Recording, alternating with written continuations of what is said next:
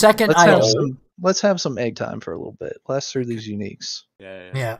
God Slayer Crown. I like the name. I've been staring at this name. I like the name already. All right, good assessment. Yeah, when you stun, freeze, mobilize, delete enemy, or damage a boss, it pulls in nearby enemies. I coomed.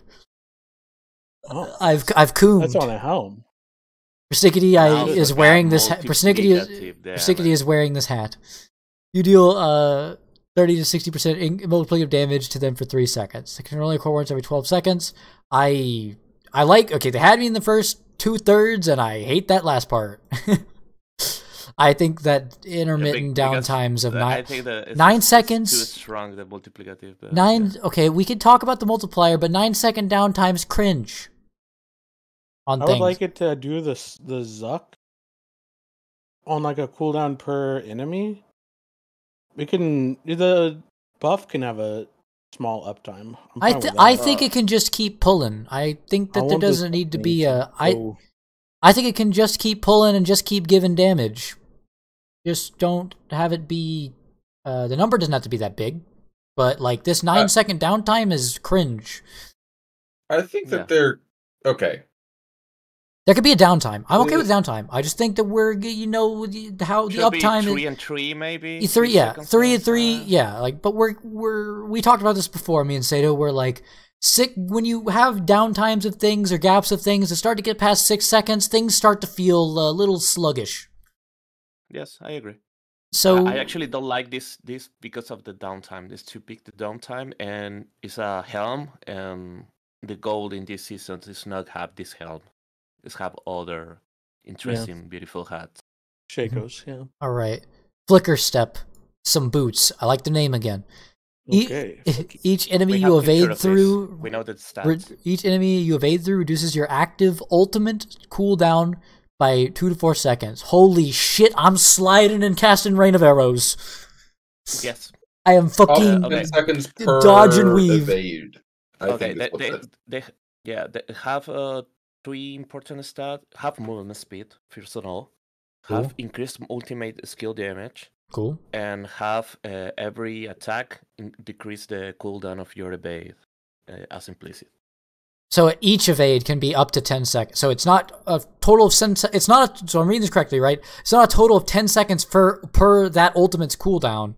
It's up to 10 seconds off of the cooldown every time you evade. Oh. That's a good question, but that's not explicitly clear. Okay. No. They explain it on the stream. Is every time you evade, you can reduce 4 seconds the ultimate, and it's a cap of 10 seconds reduce the ultimate cooldown. That's so bad. You evade that's bad. 3 times, and shit, the third then. one. That's the shit way. That also doesn't make any sense. Why would it be for each enemy you evade through then? Yeah. That doesn't make sense. This is gonna have to be a play. This is a play test. This could be really cool if it's not the way Sato just said. Because even the way that it's broken the other way. I mean, is it? Yeah. For rogue alts do a lot of damage. Okay. It finally allows them to make an ultimate build? They already did. Death Trap is very popular, as is.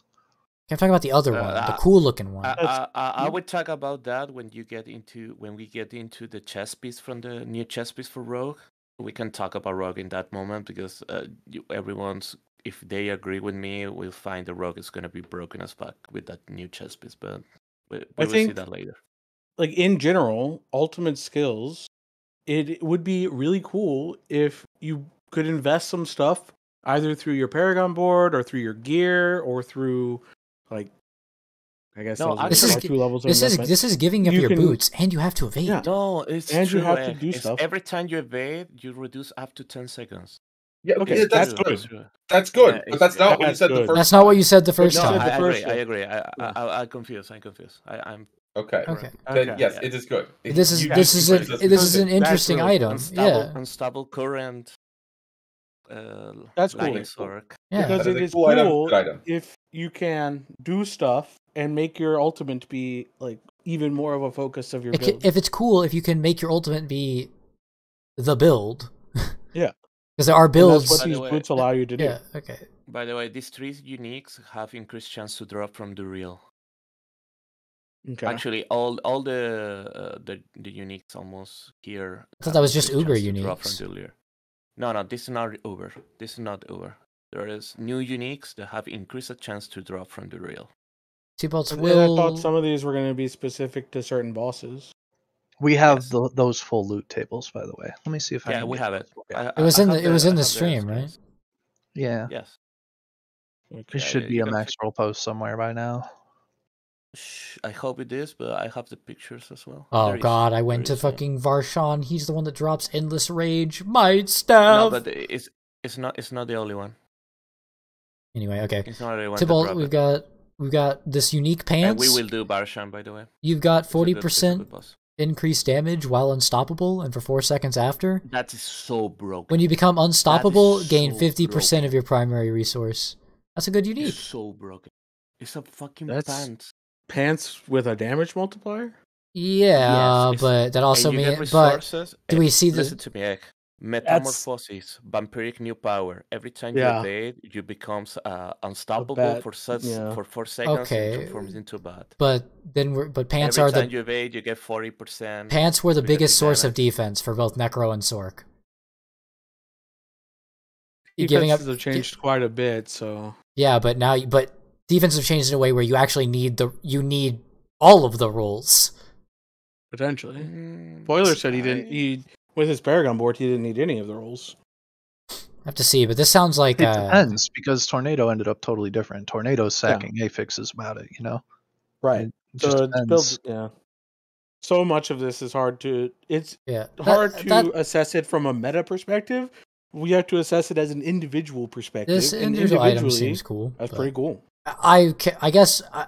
I would be able to judge these better if I could see the actual stats. Like the stat, because 4 uniques in D4, their effect can be cool, borderline OP, but if their stats are shit, you ain't equipping it anyway. Yeah, I mean, you can get fucking, what is it, like 70% DR from your pants. Yeah. So if this doesn't have DR on it, it's shit. Yeah, I agree. Lucky, we got the X-Files Corroded Signet. It's a ring. Lucky hit, your damage over time effects have up to 50% chance to erupt, dealing 5 to 6 flat. Is that a flat number? Damage to the same type. Seconds? Damage dealing 5 to 6 damage to the same type. There is an actual discussion with Ion Dioxide that they thinking is a 0.5 to 0.6 the damage of the skill, because they feel like if doing 5 times to 6 times is going to be the most broken unique ever. What I'm reading here, I agree with Egg, is a flat damage. I think it would be 5 to 6 seconds of the damage. No. What I'm reading here is like you get to 5 to 6 damage in item power 1, and that's the scale with the item power. That's like all the numbers. Yeah, that's what I think. I read it as 5 to 6 seconds of damage. Without seeing an S, I don't see it could be seconds. My argument behind that is when you read, for example, the rogue grenade damage, they're gonna showcase later on.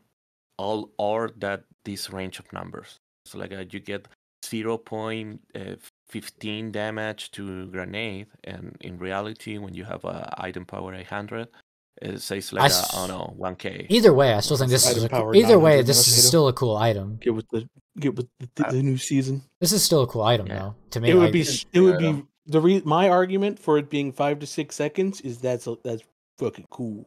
I mean, it's still cool either way. My argument against that is that 50% of actually, how often if you're lucky hitting every time, that would mean that if it's 6 seconds, it'd be 6x damage.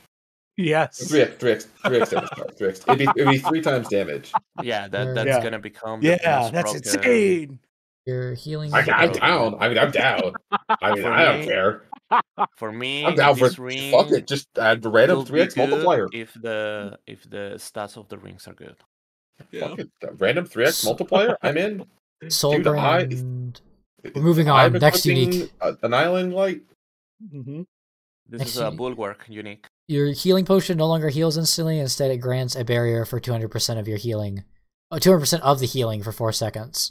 Of all of the healing? While you have the instant healing. While you have a barrier. Yeah, potion healing. While you have a barrier, you gain 10, 20%. Potions have 2 parts. Potions have the heal over time and the instant heal. Yeah, that's all the healing from the potion. Yeah, it's 200% I think of it's all of the of healing. Yeah. So your healing potion no longer heals instantly, so it would still give you a heal over time. Yes. Instead, it would give you a barrier for 200% of the healing for 4 seconds, but that barrier is going to be of the total amount of the potion? Yes. Or just of the instant part? I think I'd give you the total amount of the potion. Okay. But rated, your healing potion no longer heal instantly. Yes, so it's still going to give you the heal over time. Yes. But is your barrier based off the instant heal or all your heal? Is what Snake's asking. Yes. It could be. I think it could be perceived either way, based on that not that's clear wording. But either way, that they give it's still a good item. The 20% DR. What we took from this is it's the DR ball barrier. That's the part that really matters. That's good. Yeah, while you barrier, you gain damage reduction. This could be really good if don't heal you at all. Because I mean, you're gonna have low life. If you're gonna be using that affix for the damage reduction, you're gonna have a more reliable source of barrier anyway. So. I'm sorry, I'm moving on quickly. This amulet, what the fuck did I just read on this amulet? Healing potion. Yes. Banished Lord's Talisman. After you spend 300 of your primary resource, your next core skill is guaranteed to overpower. I don't even care about that. Whatever the fuck that meant. I don't give a shit about that. The thing says your critical strikes and overpower deal 120x damage. 120x? No, it's 120%. 100%. 120% X. Yeah. What is? It's more than double damage when you critical strike and overpower at the same time. I like that. Yeah, I like that item. So much damage. Now, so much but amulets are really fucking good. So like that's got to have some good stats on it though. I think the first part can justify is not that big a stat. 300 is just the flat number, right? Like it's not 300% of your primary resource. It's just it's 300. And to be fair, that's a lot. Yeah, that is a lot. Yeah, that is a lot. Yeah, the first part's whatever to me. The first part's whatever to me. Yeah, Necro can expend that and get it back really quickly. Just come with whatever this said, Barbarian Helm. When you gain Berserking while already Berserk, you have a 40-60% chance to become more enraged, granting 15% multiplicative damage, 15% multiplicative damage X increased damage. What? Just leave the X. I don't need that other bit. Yeah, I don't need parentheses. That made that more confusing. Two fury per second. And 10% cooldown reduction. That's cool. This is but could you become even more enraged if you berserked yet again? Berserking all the time. You keep on the double enrage. Dillman's Stone. Can you become quintuple enrage? Go even further beyond. Dolmen's Stone. Druid Tier unique. 5. Bat chest. We got a druid unique amulet. We have casting the stats of this as well. Cast this amulet. Yes. Casting boulder while hurricane is active will cause your boulders to rotate around you. Holy orbit! It's the hammer. It's the hammer. Holy boulder bat chest. Boulder build rising. Cool. It's BB. It's whatever you'd like it to be. Yeah. Yeah. Blade Vortex. Blood hammer. Moon. Hold on. Wait. If you do the thing with boulder where you can throw multiple boulders because it has a spirit cost now, does it just chain boulders around you?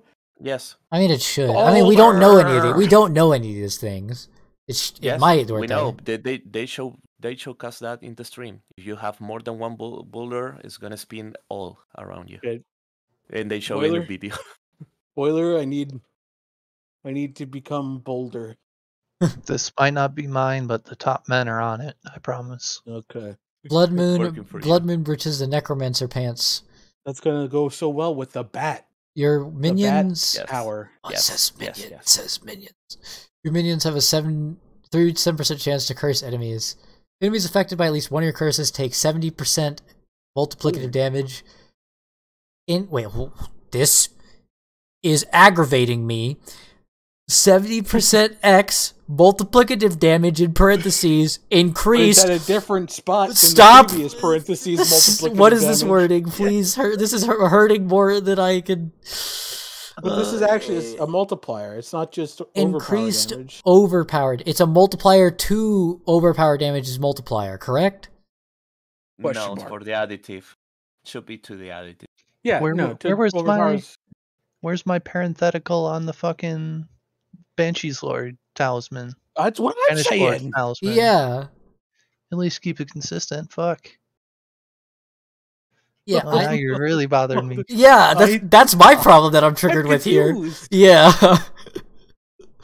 Okay, whatever. To be fair, that could be a transcription problem.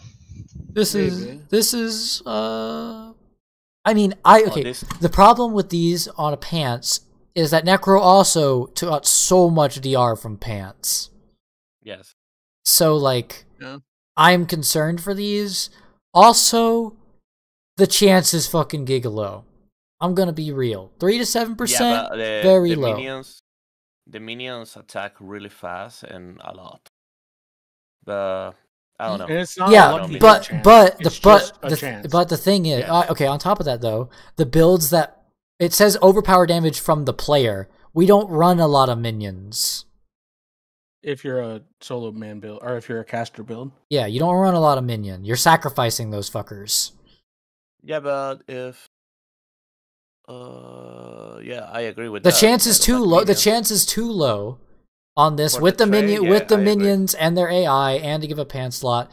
I think this one's a miss for now. Maybe it gets some love.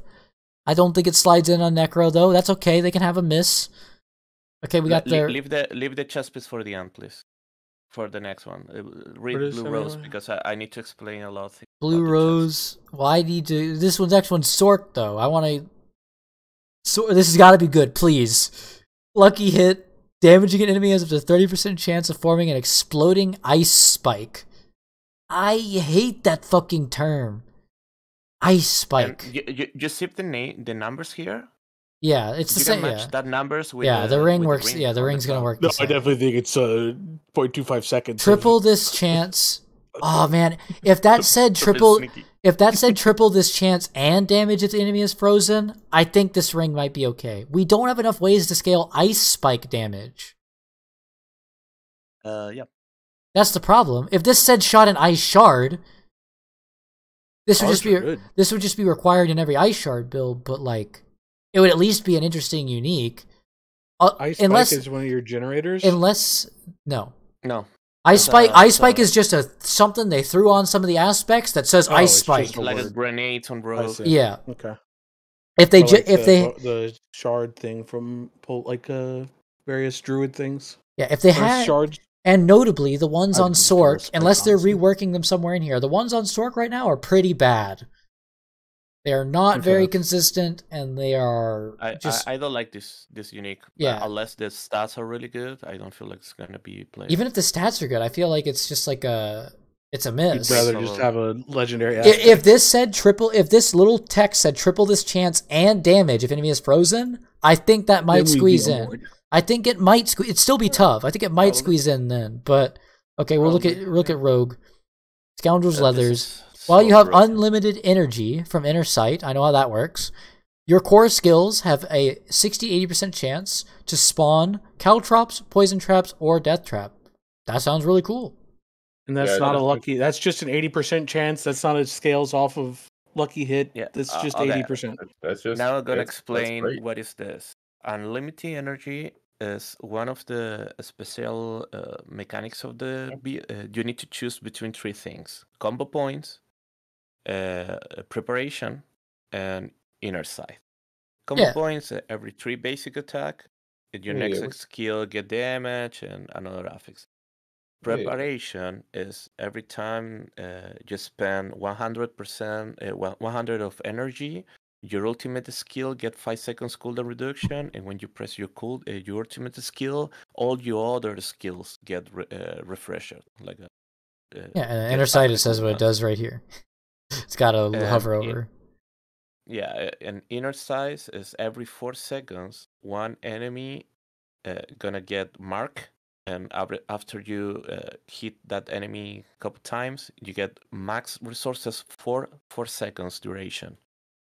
And over that 4 seconds, every time you cast a skill you're gonna proc Poison Trap, Death Trap, or Caltrop. Yeah. And that means Caltrop Yes. is a slow crit chance and damage increase. Death Trap is a 30% per Death Trap, Poison Trap, I mean. It's a 30% per Poison Trap to refresh your cooldown, your imbuement, and knock down enemies. And Death Trap pulls and do a lot of damage. Yeah, this is the Inner Sight unique. This is if you are scaled Inner Sight. Yeah. This is your Druid helm. Over 10 times. Yeah. You can this is your Tempest Roar. Yeah. This is the Tempest Roar for Rogue. I mean, this is a really interesting unique. I like this unique a lot. Does when you were hovering the traps, it said that you could only have a certain amount spawned? Will that still be applicable? Probably gonna have some kind of internal cooldowns, in special for the death traps, but you don't need that many. I'm also just getting free shit's pretty good. Just gonna point. If you get one of each in the first 2 seconds of the inner side, it's good enough because you get all the benefit. Like enemies affected by your trap skill get 12% crit chance increase, multiplicative crit damage increase, damage debuff, damage buff. You get attack speed from enemies' poison. You get they'll deal less damage. Death Trap also pull. Culture also slow. Is another CC. Okay, There's synergy with the slow. Can I point something out here real quick? Why the fuck were our barbs, druids, and rogues so interesting, and then necros is shit and sorcs is shit? Next question. Would you rather you got Oculus 2? Honestly, it feels like I did. By compare, like, okay, even the necro one, the sorc one's shit. By comparison to all of these, my sorc one is trash. Yeah, you got the Oculus again. Why does it say Ice Spike? Bro, just change that to Shard and we're talking. You get I'm mad. You're giving Rogue this shit and I'm getting Ice Spike.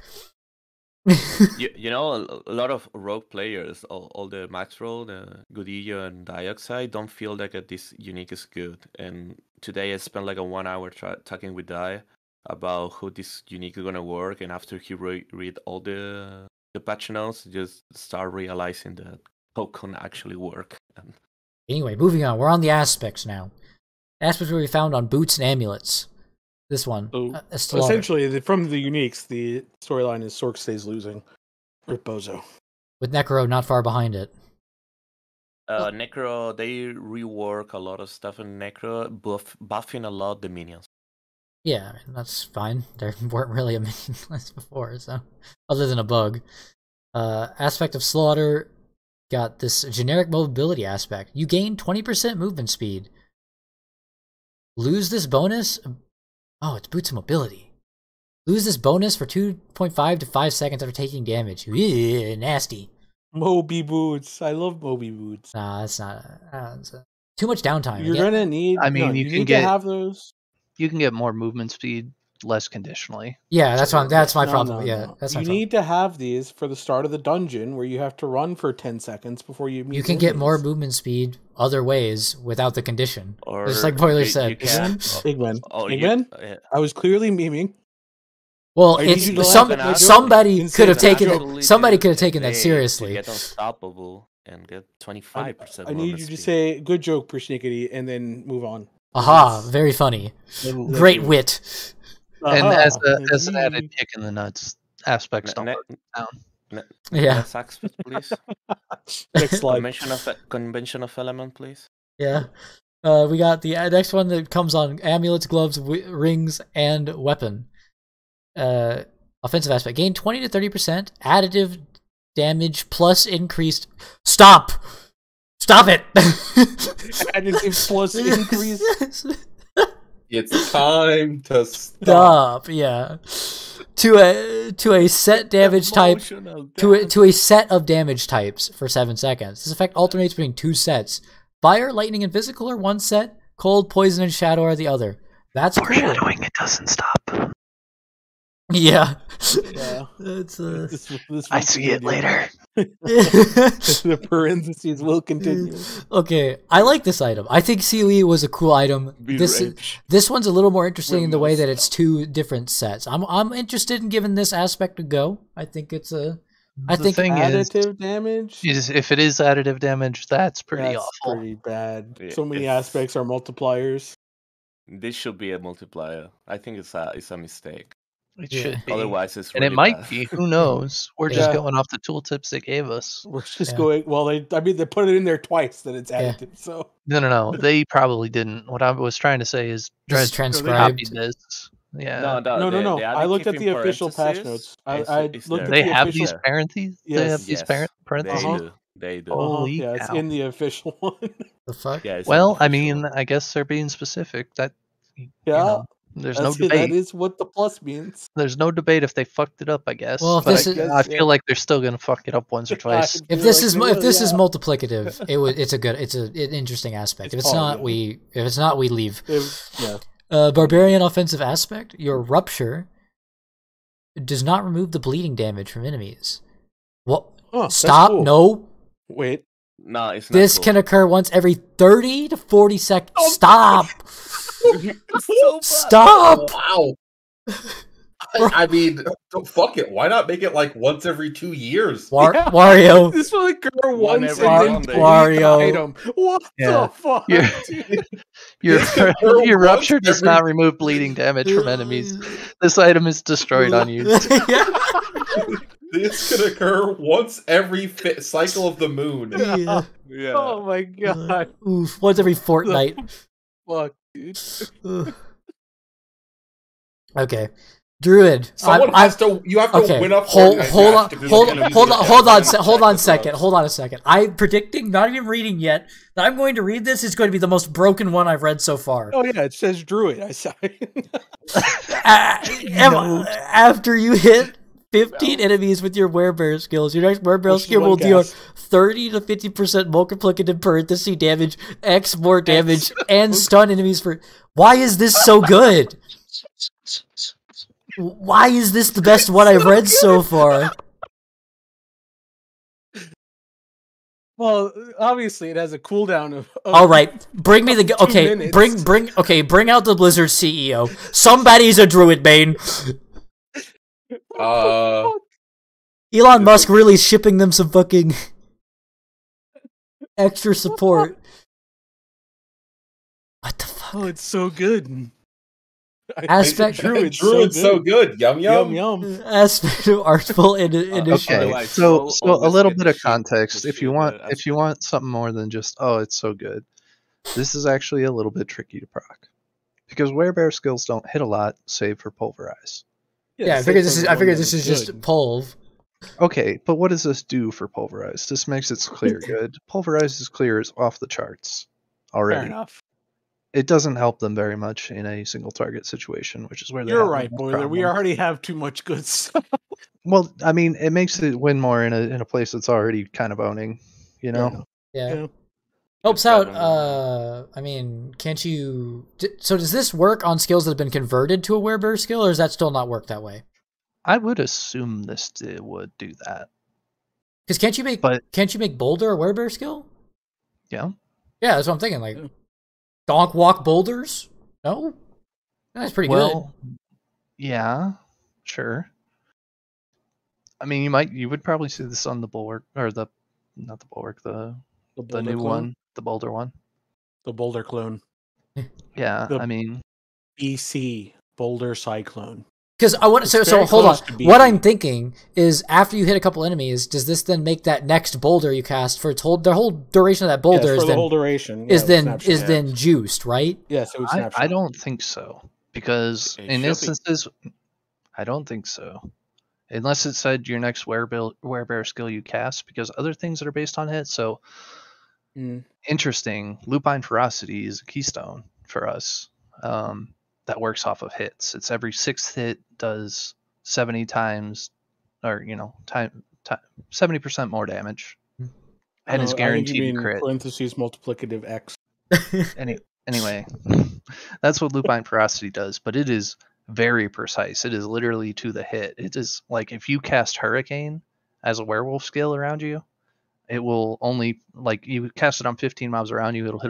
It'll proc on 3 of them at a time. Okay. It literally counts the hits. See, but that's what I'm saying is like that's why this one seems different to me though, because it says your next werebear skill will deal more damage and stun enemies for 2 seconds. That makes me think that it would have to that so boulder. Prime it.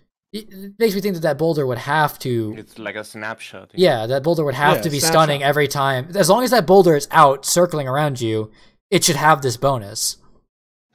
Yeah, but okay. So another example, traditional Pulve, you would make your Earth Spike and your Bulwark Earth skills. Yeah. And they would have a chance. Your basic skill would have a chance to eat the proc if you're not paying attention. Okay. I mean, it seems this is better than the rupture aspect that I just read and vomited reading. Yeah, I mean, it can definitely it does stuff. It makes the clear even better. You don't want to read the rogue. The rogue don't have a legendary power there. It doesn't exist. Aspect of Art Initiative. When you spend 100 energy, you release a cluster of exploding stun grenades. Following my ice spike trend. Nope, it's an ice spec. It is a spec. It's a spec of damage. I heard ice spat, as in spatula. Yeah, that deals this very precise flat damage number, physical damage, and stuns enemies for 0.5 seconds. I like the other line is your grenade skills deal 15% more damage. That's and you know how many grenade skills? So wait, sorry. Hold on, I can't read this correctly. It doesn't have parentheses multiplicative damage. Yeah, I don't know how. I don't know how to read anymore. Is this a Twitter skill? I don't know how to read anymore. Okay. Anyway, not that. Boom, stun grenades. Boom stun grenades. Grenade are only procs from another legendary asset. Yeah, it's the ice spike problem. Aspect of the long shadow. But like, imagine if that unique said that the ice spikes did 15% X multiplicative parentheses damage. Okay. Necro one, lucky hit. Your shadow damage over time. Okay, you got me here. I've blitted some things. Have a 10-20% chance. Oh, I fucking coomed. It's the bone one, but for blight. It's the bone one, but for blight now. That's cool. Damage from your Shadow Blight Keystone passive will always. Well, this has to have a 40-second cooldown, right? I mean, it's really good. That's a good one. I like this one. It is okay. This just goes on a ring. This just takes. We were already before Blight was running the cringe other one that we were procking.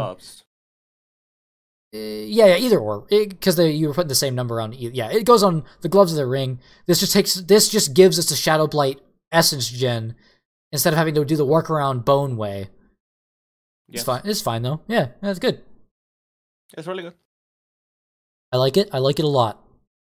And the next is the Hydra. Okay, Sorc. I've been holding out here. Okay, surely. They've saved the best for last. Surely. It's cool. Well, lucky hit with your conjuration skills. Hit, you have up to a 40% chance to gain +1 rank to your conjuration skills for 12 seconds. This can stack up to 3 times. Wait, that's actually kind of good. It's actually it's good. Not dog shit. It's a Hydra. It's a Hydra +3 levels Hydra. Yeah. But I'm sorry, was this the Sorc one? I'm lost. I'm confused. Yes, it's sorcerer. I'm more interested in it I'm more interested in it for the lightning one. But the lightning is half cooldown, and I don't know if the lightning. I mean, the rank lowers the cooldown. Yeah, but it's not lower the cooldown for the one that you already cast. Yeah, it'd be a ramp. This is a ramp. Yeah, you would cast it. It would be on cooldown, and then and your next one is gonna start doing the cycle. Yeah. Yeah. Also, during unstable currents, you're shooting these out all the time. Oh, you're right. Yeah, this seems like seems like Lightning Sorc login is what I'm getting from this. These changes so far. Lightning Sorc and Hydra as well. Of course. Yeah, Hydra will get the good part there too. The ice one. It's really good. The ice one okay, they fundamentally nuked the ice one during the after the double down beta, and still have not addressed it yet. Maybe we'll get there. Lightning though coming back online with this one. I don't know. Frostblades is just watch Frostblades try to hit something, and I mean try.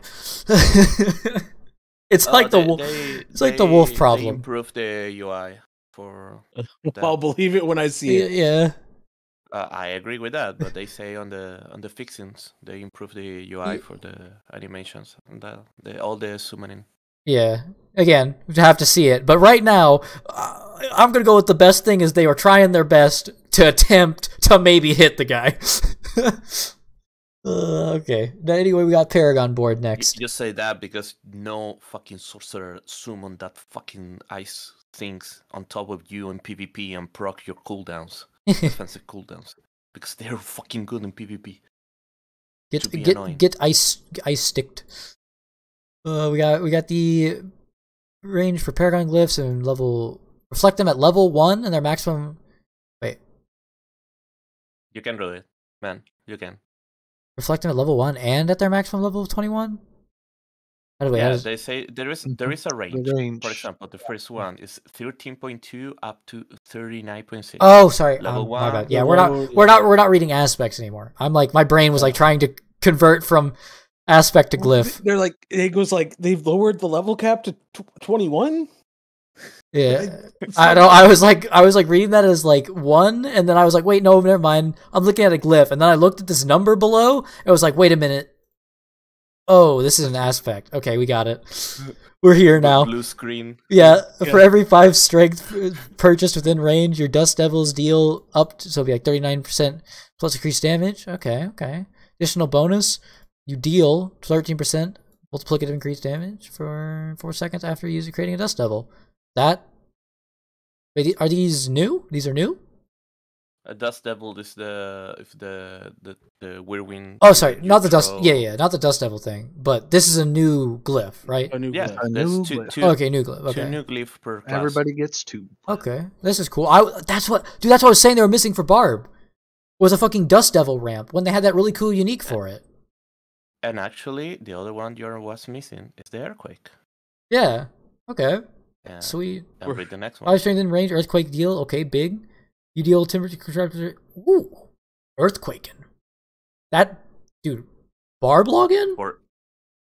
I was bouncing. Crowd controlled enemies and bosses. Yeah, I was bouncing. Is there any solution to making your crowd controlled damage actually affect bosses? There's a workaround, like the actual thing. You should wait to read the changes to Rogue, because there is something that's fucking broken and no many people figure out yet. But I will talk later. I'm not the biggest fan of Whirlwind either, but they were missing this for their playstyle, so that's cool. I like this Earthquake. I like this Earthquake one though. That's cool.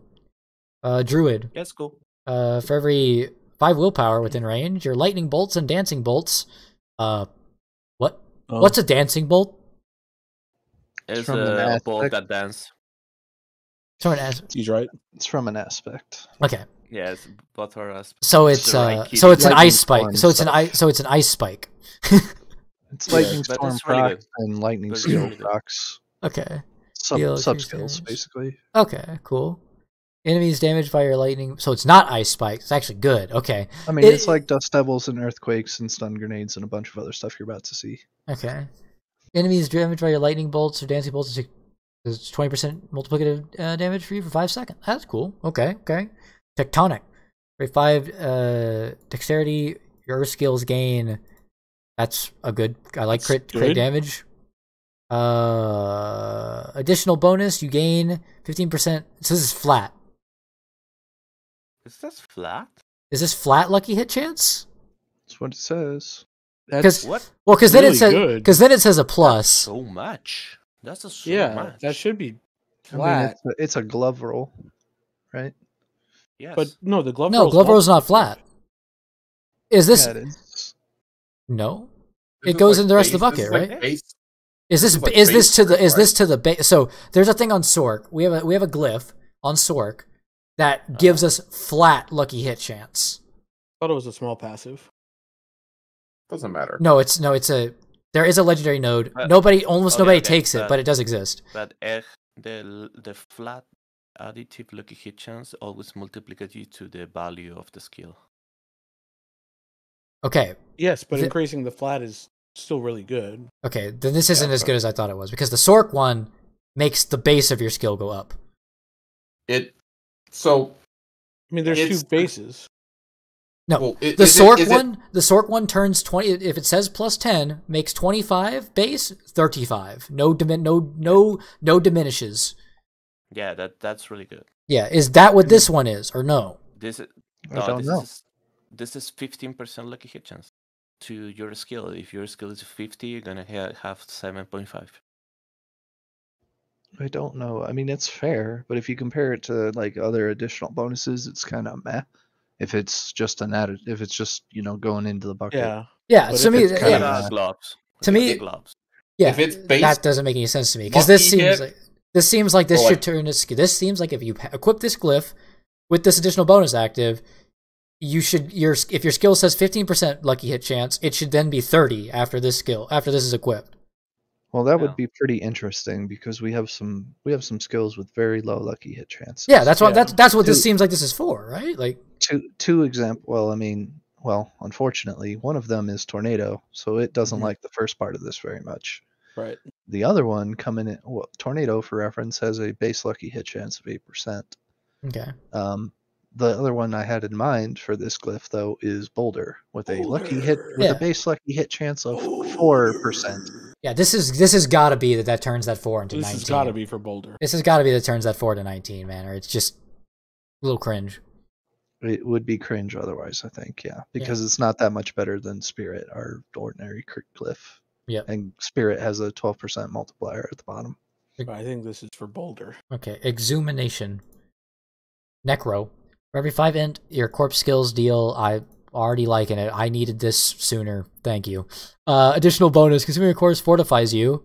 Cool. 4% of your maximum life and grants 4% damage reduction for 4 seconds. What's is that stack? Doesn't look like it stacks. Okay. I could see it stacking and they just didn't put it in here. Okay. I mean, the Fortify certainly stacks. Or yes, in the way that Fortify stacks. I like this glyph a lot. This is like really good we needed a way. We didn't have a corpse skill glyph. And the Necros are pogging out about this one, by the way. Yeah, we needed a corpse skill glyph because we just didn't have one, and we also were a little bit lacking, and so we were also a little bit lacking in our way to get first of all fortify, but also just flat damage reduction. We're lacking in ways of it too. So especially like this is good. I feel like a necro have a lot of sources of damage reduction, to be honest, but it does. But I mean, the fortify is the important part here, is because like they have spiky fortify generation. They don't have anything that can you read the next one? Heal over chip damage. For every 5 willpower, your desecrated ground deals big. That's a big number. While standing in your desecrated ground, you'll deal 15% increase. Okay, the second part, That's a multiplier. 15% multiplier. It's still meh. You don't stand in your own desecrated ground, man. You do. I guess. Not really. You need the damage. Your desecrated ground goes under where you blight. Yeah. Yeah. 50%. You blight 59% is huge, though. Oh yeah, this first part's good enough. This first part's good enough. The second part doesn't really matter. Is what I'm saying. It but could be good for bosses, I guess. Yeah, this is good. It's fine. Like this does help our boss damage, which is a problem.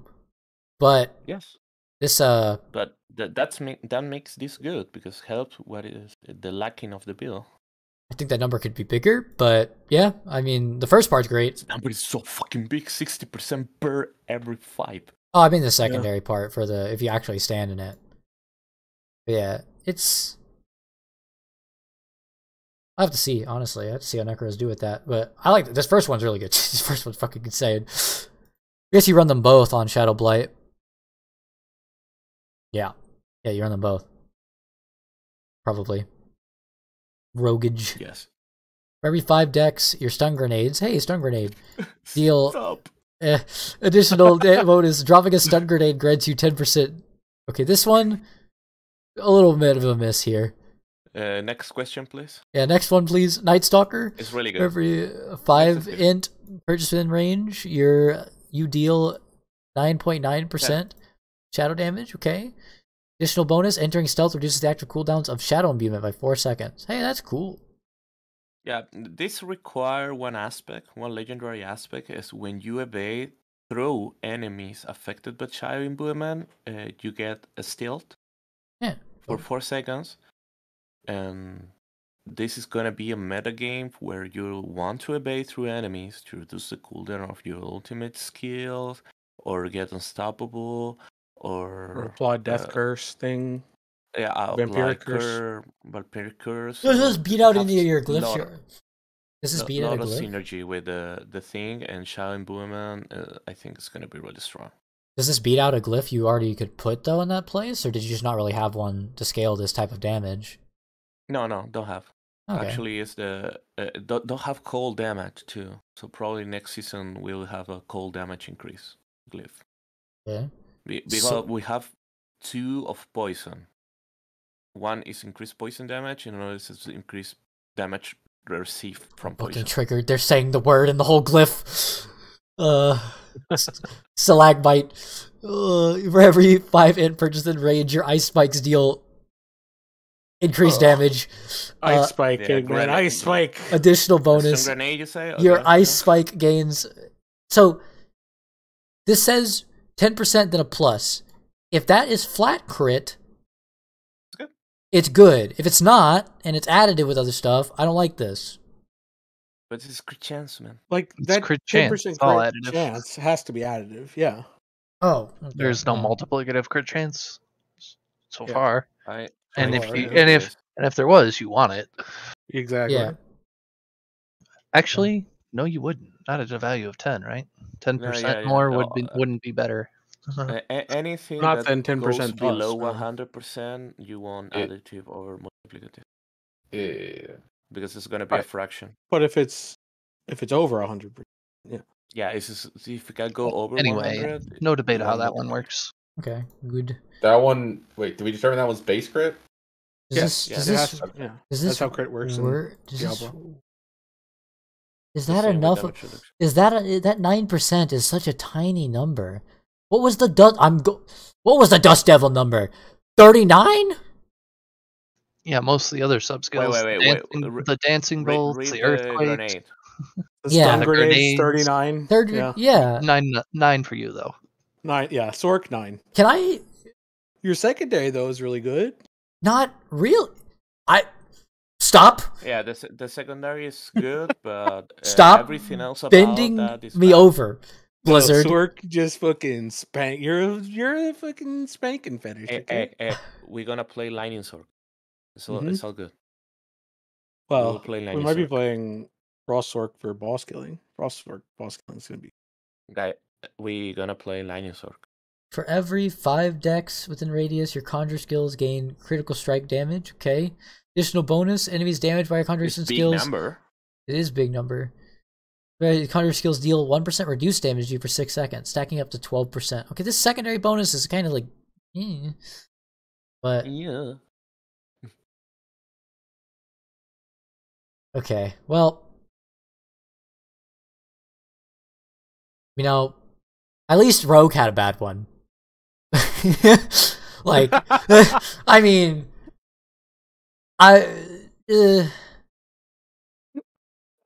Invoke is okay. It's okay. Okay. But this Stalagmite one, can we send it back and okay. This is not what I ordered. Can there be a 3 in front of my 9? No. I'm sorry. You want? Wait, Egg. Do you want? I can make it a 3. Yeah. I can make that a 3. Right click, inspect element. I'll make it a 3. My opinion is that one should actually be somewhat in between because its additive, its secondary bonus is stronger than average. Right. Yeah. True. Should be like a 20%. But like, I don't know. This could be a Like the thing corpse where skill. Yeah, well, you don't even get the 5 intelligence in range. Like, you don't even care about the first part. You just shove it into a board that doesn't even have good intelligence scaling.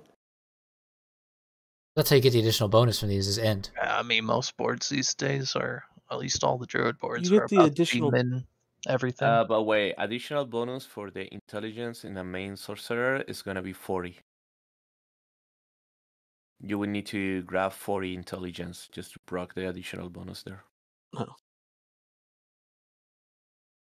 It's not that much increased damage. That number's tiny. And yeah, it's certainly not 59.4%. All right, on to the gameplay updates. I love gameplay. Added more cursor icon options. Sneaky, you gonna make a video of this? Yeah. Okay, it's gonna be like a 10 hours video. Okay. That'll be next week. Yeah. Items can be marked as favorite. Okay, they already. Is this all the stuff we went over in the last thing, right? Yeah. This is the last stream. We already went over this. So on. We It went. is a mix Giga of both. filters. Yeah, we So went. one We giga went filters. over all the items. That was in the last one. I just explained the item power scaling. Yeah, we got. Okay, and then they got the elixir drop rate has been reduced. Yeah. It went from 0.5% chance to 0.02. Yeah, that's because they don't want to fool your inventory with elixirs. That was dumb. Hell. But I don't like that one. I don't like that too. I feel like it's fine to have elixirs that you don't want and you drop back to the ground. Yeah. Elixirs are also Filters, are way more by the way. important this time. Yeah. Yeah. Elixirs are way more important now. Wait, no. This is huge. This is a 0.5% chance to all the way down to 0.02. 0.02. Yeah. That's huge. Elixirs are Huge going nerf. to be literally made of Guys, gold. There is most of the elixirs that drops that are the weak version. There's only a few elixirs that can be. They still give the really XP. good. Well, I mean, I think the thing about it too is to further incentivize Helltide.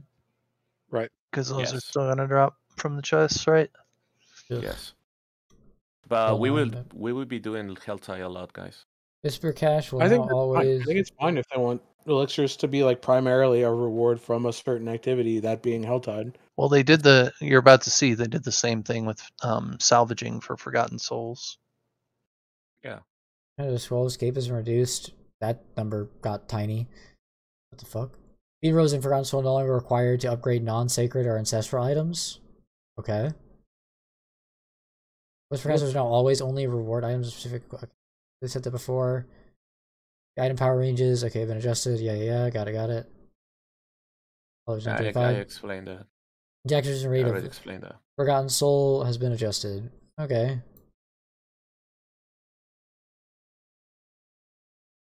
What was it before?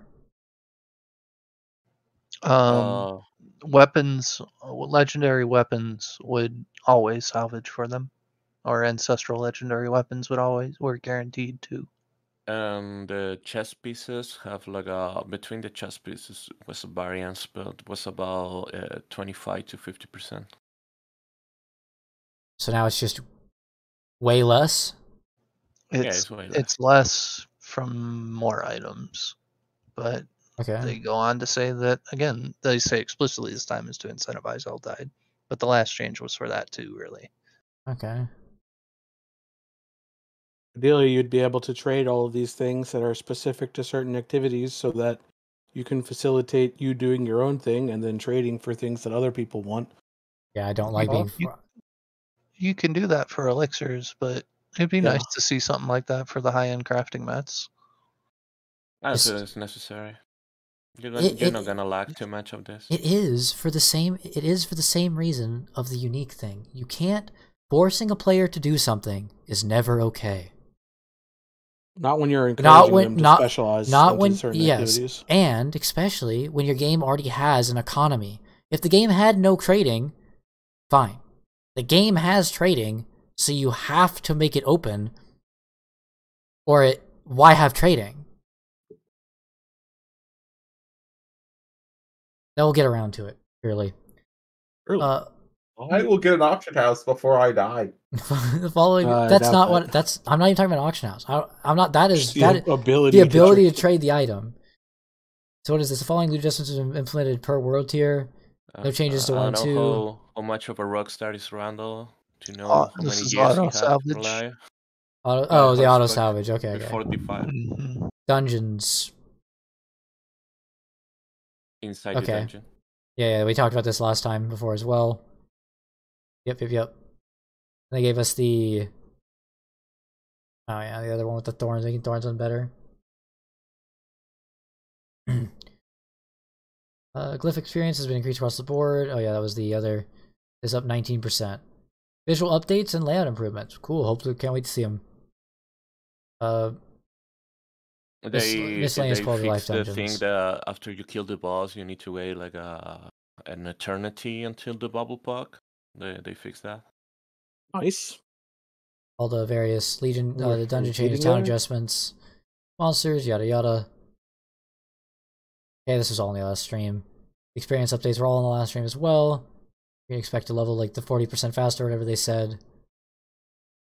Yeah, increased experience reward for all the content. Yep. Necromancer minions and druid companions are now much less likely to target invulnerable enemies. Good for the wolves and the skeleton. We'll see about that. Yep. Still might not target the correct enemy, but effects that guarantee an overpower on your next cast will always be consumed on the next appropriate cast, regardless of whether it hits a target. Okay. Only one will be consumed per cast. Hey, that's cool. You can stack this effect now. Renown rewards now persist between seasons, obviously. They had already made changes in that direction. They had a couple of bug fixes with consecutive overpower procs on Werebear Druid before. Increase monster density of the the event monster density. I'll have to see how that plays out. Increase the speed progression. Okay, that's cool. Okay, these things together can make the events kind of worth. I still think the way they lay out, also the dungeon, these compounding changes might be cool. Might be less annoying in a nightmare dungeon for these things. Yeah, and they wanna make really sure that these events are way optative.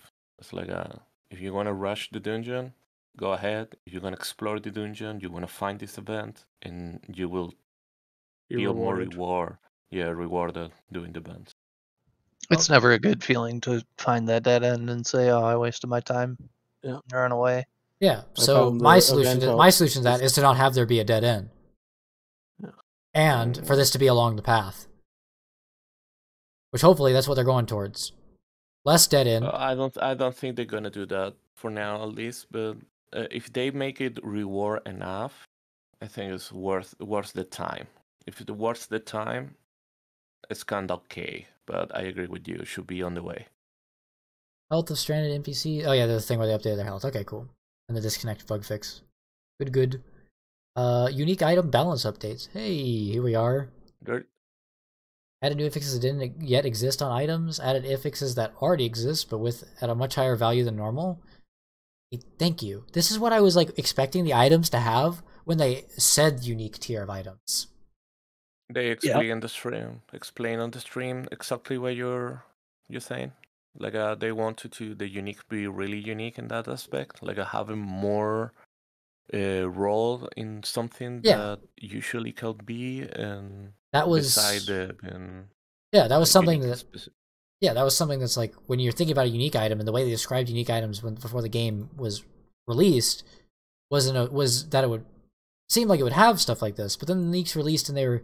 It's good they got around to it. It's nice. It's nice to get everyone loves the guy that do the explanation. Update unique powers to be more desirable.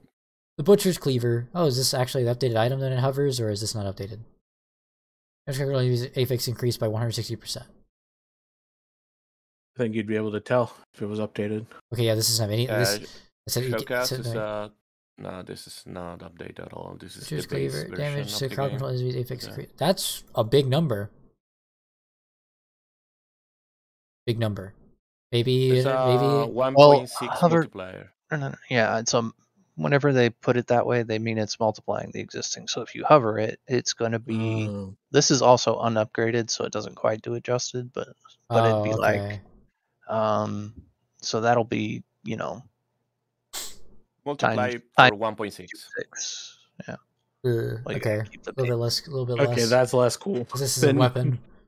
But all these changes are going to be put that way, just so you know. Yeah. We're talking about Fix increase fire. Cool.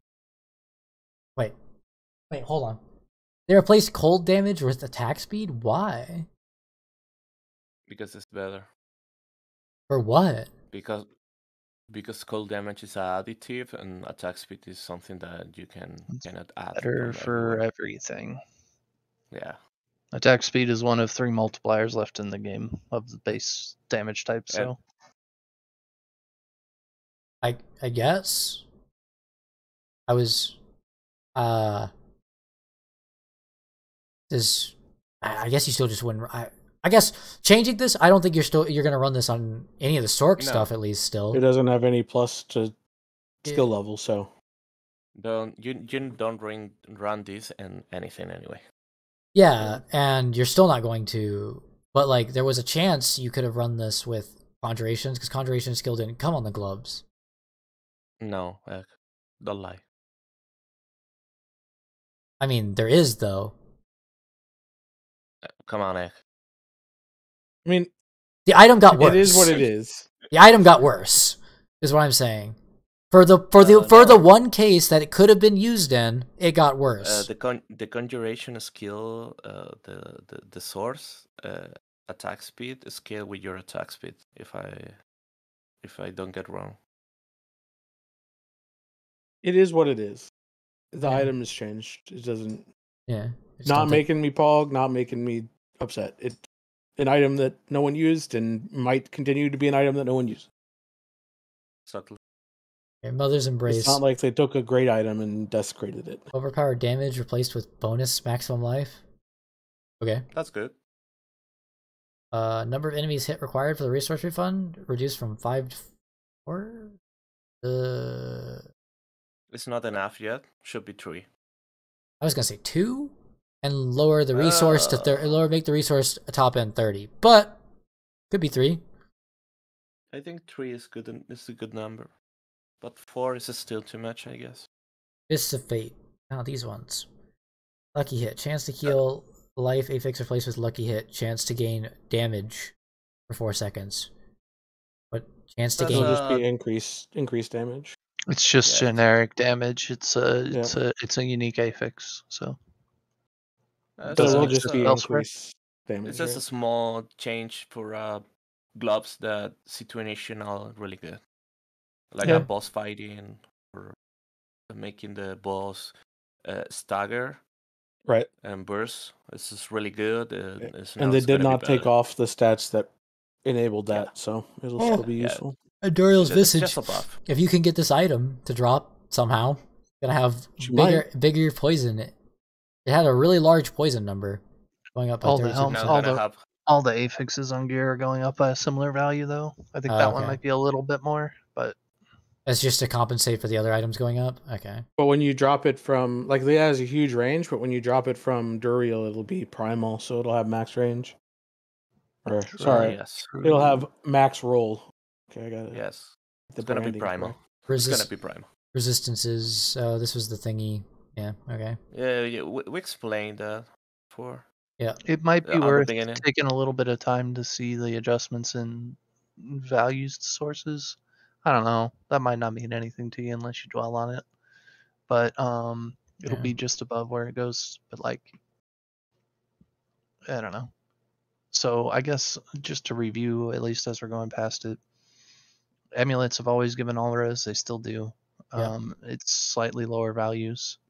Mm-hmm. I think it's higher values, right? It's slightly lower values. Rings, instead of giving 2 single types of res, give up to 10% of all res and 10% of a single res.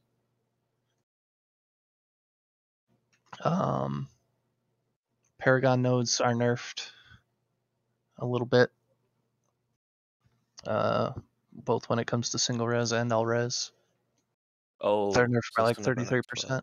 Hey, these elixirs are cool though. The elixir changes are nice. And remember to change for instances. The instances is not gonna lose on death. Yep. And gonna give XP And as the well. multiplier.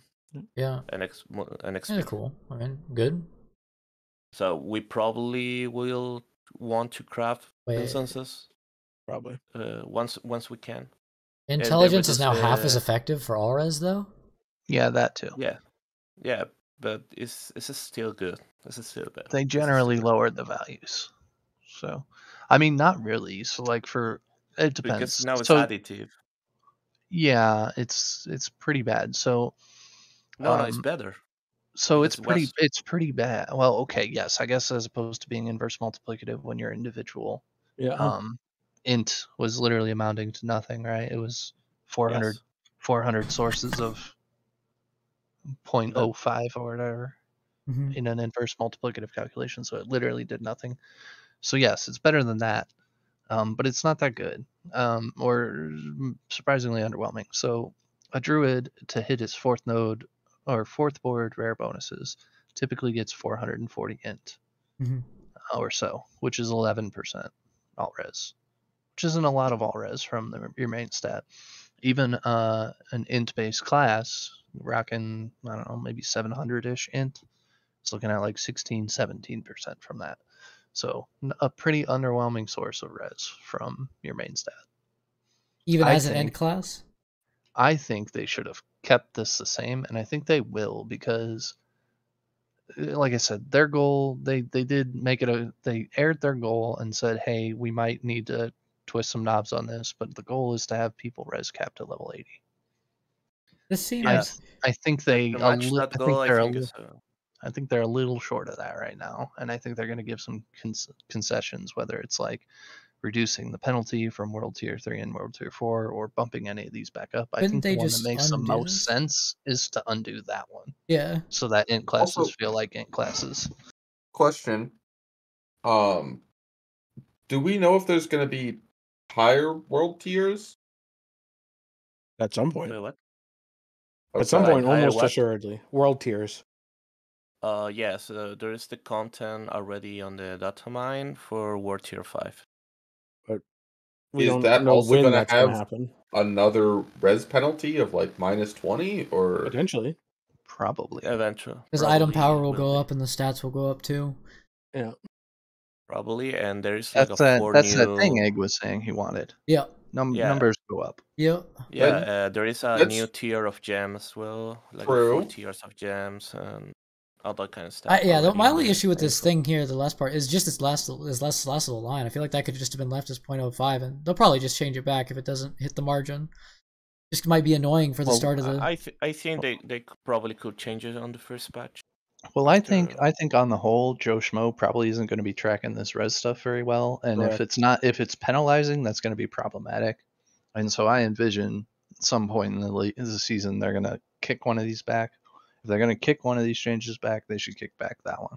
Yeah, that'll be my vote. Do you think Joe Schmo tracks res well in PoE currently? PoE is a much different player base, but okay. Kind of is my answer. Joe Schmo tracks their res in PoE only because they will get schmacked, and then they will either quit the game or they will, which is a fine thing for PoE. PoE is fine with them quitting the game when they get smacked. Or they will go and search, and one of the first things that almost every content creator will say is, "Are you res capped?" That's one of the first things you look for, and that probably will be true in Diablo as well.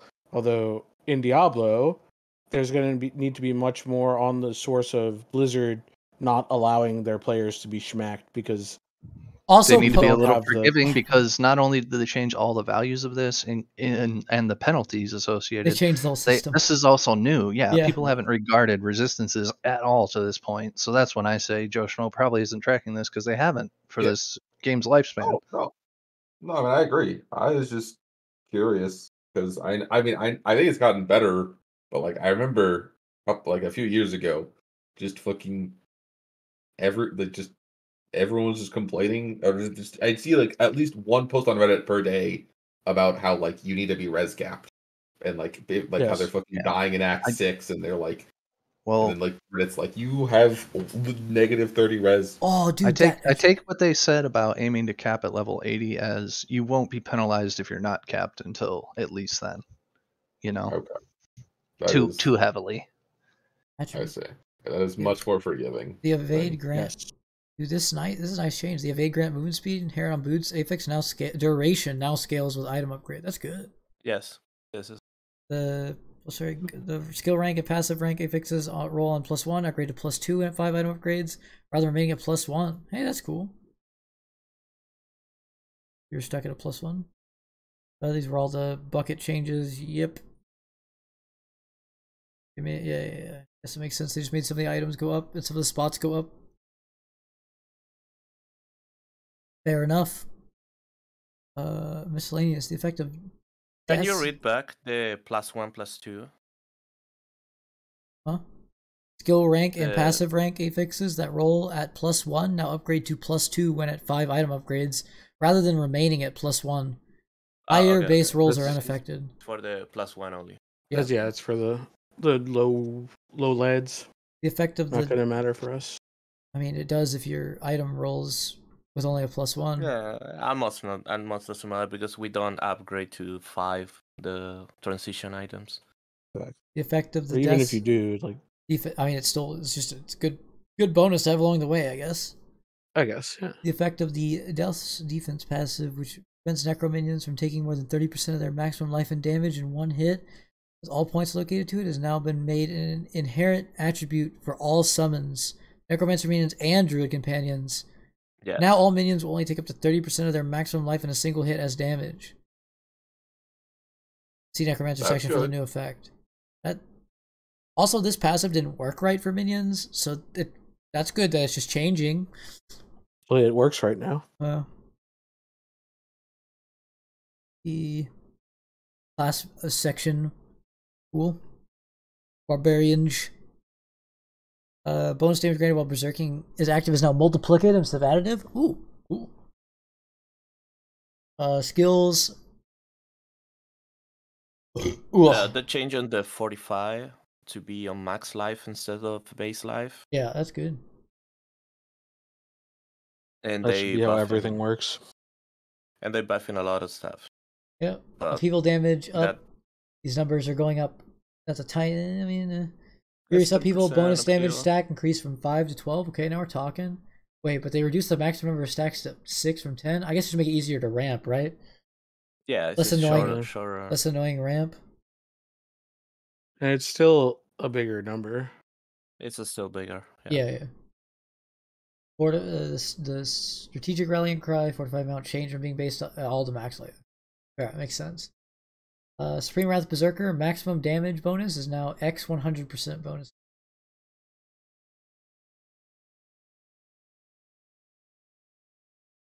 Okay. This is the way Wait, yeah. They're playing Rel Jungle, huh? Yeah, that's popular. Stay on topic, Randall. Additional functionality. Damage is increased by X 10% for each 50 strength you have. They're just adding this to that. Yo. And remember, now not gonna remove the bleed every 40 once seconds. once every item creation. Yeah. Every season. Yeah. Every season you'll be able to not remove your bleed from 30 once. To 40. Okay, that's cool. Healing increase from maximum life. Fair enough. Passives. Fury gain. We like that around here. Yeah, it's a good passive. But it's good passive change. Basic skill with a 2. Yeah, it is. Yeah.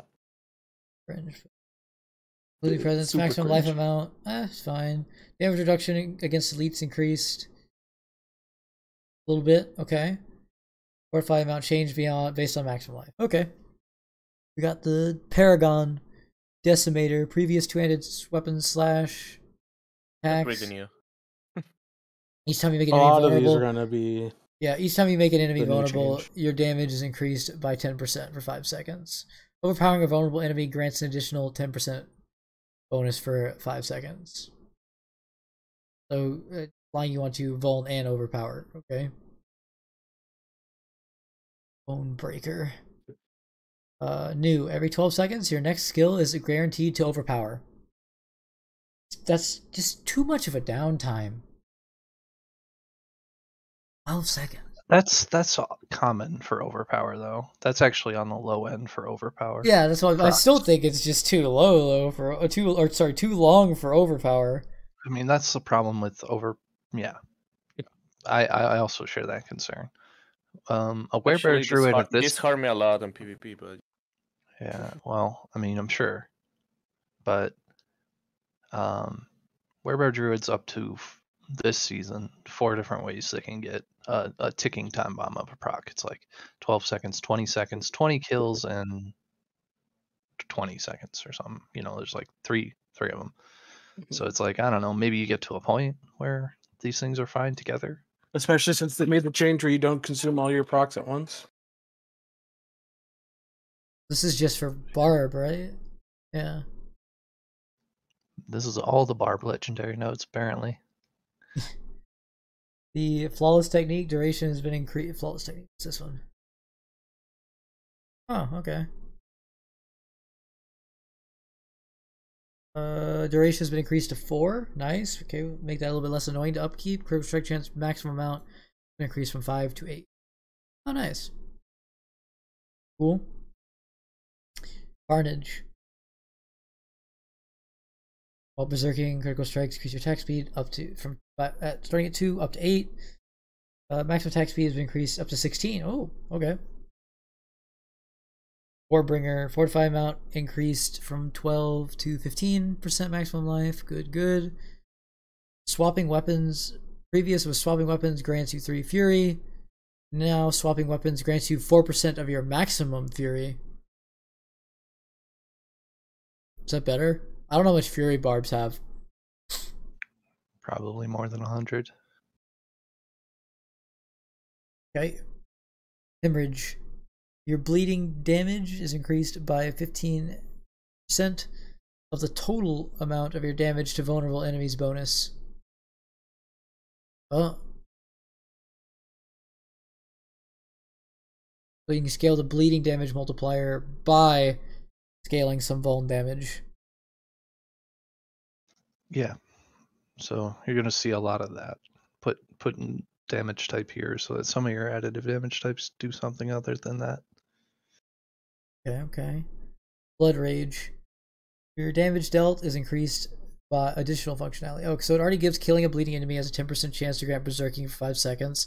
Now we'll also have your damage dealt is increased by 25%, this is a separate multiplier, of the total amount of your damage while berserking bonus. So another... Okay, all this stuff sounds really good for Rupture, but then what the fuck was that 40-second cooldown thing? Why? In the biz, we call it a miss. Yeah. They're legendary aspects. They have aspect of the Ancestral Force, Hammer Ancients, Quakes, outward, dealing damage to enemies. And now it's damage. Hammer Ancients quakes outward, and its damage is increased by 5 to 15% instead of dealing a certain chunk of its damage to enemies. Okay, that's just better. Good. Not a detrimental power. Earth Striker's aspect. Weapon swap requirement for overpower attack reduced from 10 to 8. Adjusted functionality, overpower proc now happens on your next non-basic attack. So you can't consume it with a basic attack. Good. Still think that's, again, too much time between overpowering, but maybe hopefully it gets better. The fantasy of overpower though. Unique items. Romaldi's Magnum Opus. What is this? Damage to vulnerable enemies affix replaced with maximum fury. 100% of its normal value. 150% normal value, okay. Damage per fury increased to 0.3 to 0.4. Okay. Yeah, that's big. Yeah, that's good. These items already get a lot of use, and that's a good increase. Azure Wrath. Non-physical damage affix increased by 120%. Hellhammer. Critical strike damage affix replaced with bonus ranks of upheaval. Now that sounds what I wanted. Increase damage to burning enemies. Affix increase. Wait, what? burning enemies. Doesn't the Hellhammer do burning? People ignites the ground, burning enemies. Yeah. Okay, good for the item. I don't know if that's actually gonna be usable though. Plus 3 levels is an interesting affix to have. Yeah. Ancient's Oath. Or I guess we don't know how many ranks, right? Some amount. Damage to slowed enemies affix replaced up to 3. Yeah. with damage to close 4. enemies. Okay. This is the Steel Grasp item. Unique power has been adjusted. It's actually good. Steel Grasp launches 2 additional chains. Enemies hit by Steel Grasp are slowed. Now it's Steel Grasp launches 2 additional chains. I want more chains. Enemies that have been pulled by Steel Grasp take 50% bonus damage from you for 3 seconds. Cool. That's really good. Wait, hold on. Why do they have 2 X and the X there? Why don't they have their formatting? Where's my parentheses? Where's my bracket? They ditched. You've noticed that they ditched that a while back. I don't know what happened. Yeah, I don't know. The guy typing the post got tired. Yeah, they fired him and hired a new guy. Probably, actually. There's probably the son of the guy. Yeah. They fired before. Overkill. Critical strike chance against injured enemies. They fix replaces ranks of death blow. Has ranks. Anybody? What the fuck is death blow? If you use it and it kills something, it refunds its cooldown. Yeah, it's a weapon mastery skill that do a lot of damage with high lucky hit chance, and probably gonna proc the bat. And if you kill with it, you can just if you get enough damage to where you're just killing enemies, you can go death blow, death blow, death blow, death blow. Very powerful. Exactly. This item. And they're gonna proc a bat. This item used to have that stat at various ranks, but at some point lost it and now is getting it back. It was more about the state of Barb than the state of Deathblow. Yeah. Okay. Sometimes Barb OP, sometimes Barb not OP. Yeah. Fields of Crimson. This sword has a cool model in game. Bonus ranks of Rupture affix replaced with Rupture cooldown reduction at 200% of its normal value. What? 200% is a big. Hold on. What's the normal value? Well, what would normally be the value of cooldown? Up to 7. It goes up to 14, and without improve. Cooldown isn't rolling. This is meaning cooldown not on a weapon, right? Because this is a two-hander, and cooldown normally comes on arm, like gear, but two-handers usually have amplified stats. So is that why it's 200%? That's the amulet as well. Yeah. No, I don't know. No. We'll see. We'll see when we get it in game. What the number is? Probably gonna have the 200% because it's a two-handed weapon. But then go up to 14. Yeah, I just think that it kind of goes against their unique thing of the unique will have the better stat, but whatever. Battle trance. It's gonna be a stat that you don't have in any other place. Yeah.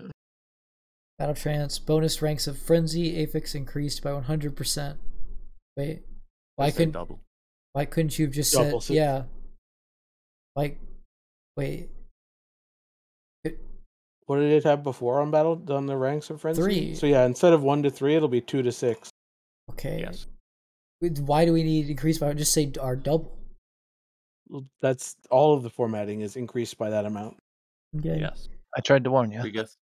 It's because they want to have the large number there. If they say doubled or X2 or from 3 to 6, people will say, "Oh, that's 6 is such a small number." But when they say increased by 100%, also normally doubled it. Also, people can't see the item in the patch notes, so normally damage reduction while injured affix replaced with bonus maximum fury. Oh, that's a good spot for that. Yeah. Cool. 10,000 or 100,000 steps. Sorry. That's way Dexterity affix increased by 100%. Wow. It's like a week's worth of steps. Damage to skills that swap to new weapons affix increased by 50%. Cool. Cooldown for free ground stomp reduced from 30 to 50. 15. It was 30. 15 is still what is so the base long for ground stomp? No, but man, it's almost With the cooldown, Cooldown on ground. It's just the cooldown of regular ground style. But you can lower that thing's cooldown. Yeah, you cannot lower this one.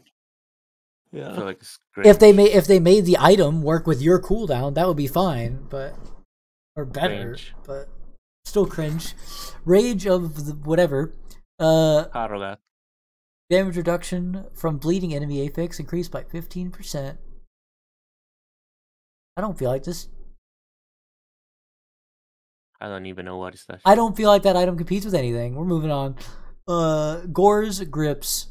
Non-physical damage affix replaced with damage.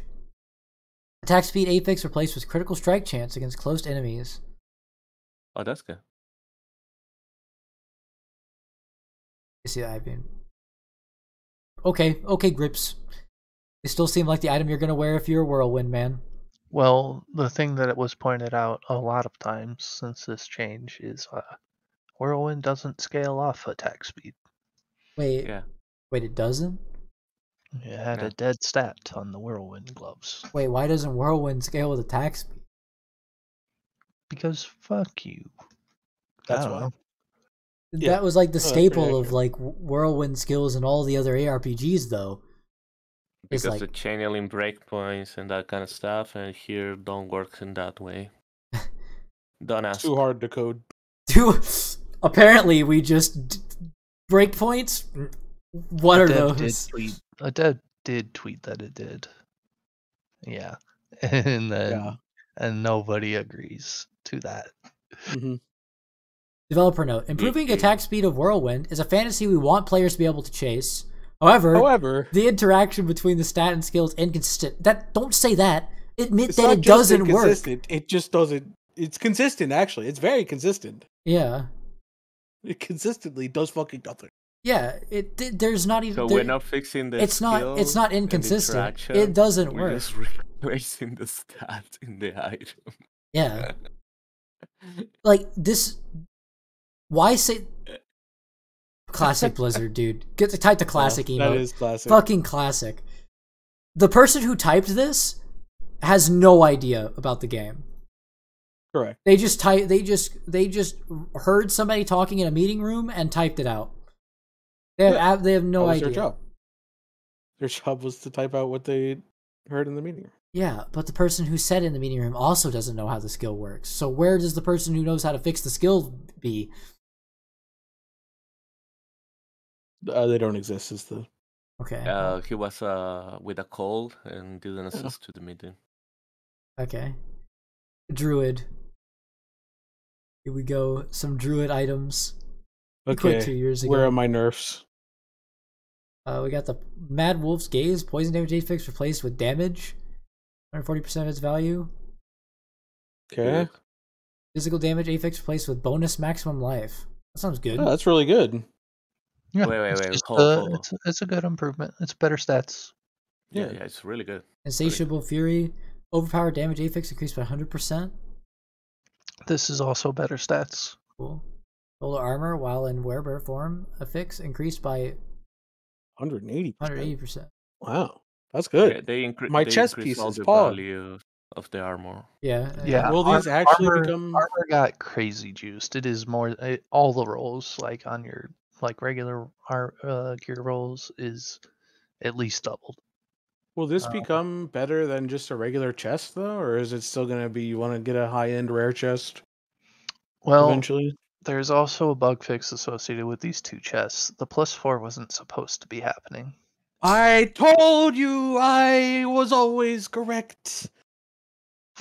So yeah, I mean the tooltip wasn't wrong. It was just scaling more than it should have. I knew it. So that kicks them back a little bit. A really good DPS chest. They are, and I mean they are semi-prescribed. It's basically, do you need toughness? Yeah. And they keep improving the toughness of these. Storm's Companion. Ranks of Wolf affix increased by 66%. Okay. Mm-hmm. Companion skill damage affix replaced with bonus maximum life. Okay. Potion drop rate affix replaced with damage reduction. That's huge. It's really good. Really good. Hopefully, hopefully wolves will no longer be stupid. Anything. Flesh render. Damage while shapeshifted Apex increased by 100%. Okay. Damage while healthy Apex replaced with core skill damage. Good. Damage dealt to poison enemies from debilitating roar and blood howl is now increased by x10 for each 100 willpower you have. That's an interesting power. That is interesting. It is. I don't know if that makes it do damage. Yeah. Yeah. True. But imagine it is odd that it's getting imagine core damage and then also like this other way to scale. Imagine comboing that with that erupting item though. So a typical druid will come in the mid 700s on willpower. Yeah. With like 70%. a little bit on gear, like you want it on your weapon. Yeah, but it doesn't seem like enough. This is a pretty big flat number. Ironically, I use this on support druid solely for the one stat they don't address, the +3 defensive skills. Mm-hmm. I mean, this seems cool. I don't know. This seems like it might be able to be. I would running around and shouting everything and having that eruption thing happen seems kind of cool. Maybe it won't do enough damage. It didn't flat out. So yeah. I mean, it does more now. We'll see. It is odd that they gave it core skill damage, though. That's an odd stat to put on this because it doesn't. Yeah. Like have a core skill on it. Yeah, and you're not going to want to use this in a build that isn't about this. Well, you can make debilitating werewolf skills, so you could like try and wield this on a tornado or a lightning strike. Yeah, but be howling. Give up your weapon. Use the howling, and then use a core skill for single target. You or lose something. An offensive aspect. And those skills still probably do enough damage without one of their offensive aspects. Yes. Yeah, like if you were going tornado single target, fuck shouty man for. And they poison. They poison pretty much passively. It's on crit with werewolf skills.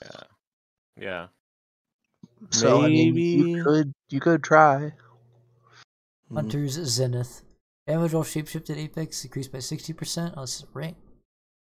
Bonus ranks of the quick shift passive Apex increased by 200%. Which is going from 1 to 3. Yeah. Cool. Critical strike damage with wolf skills Apex replaced with critical strike chance. Probably like that. And overpowered damage with bear skills Apex replaced with bonus ranks of the heightened senses passive.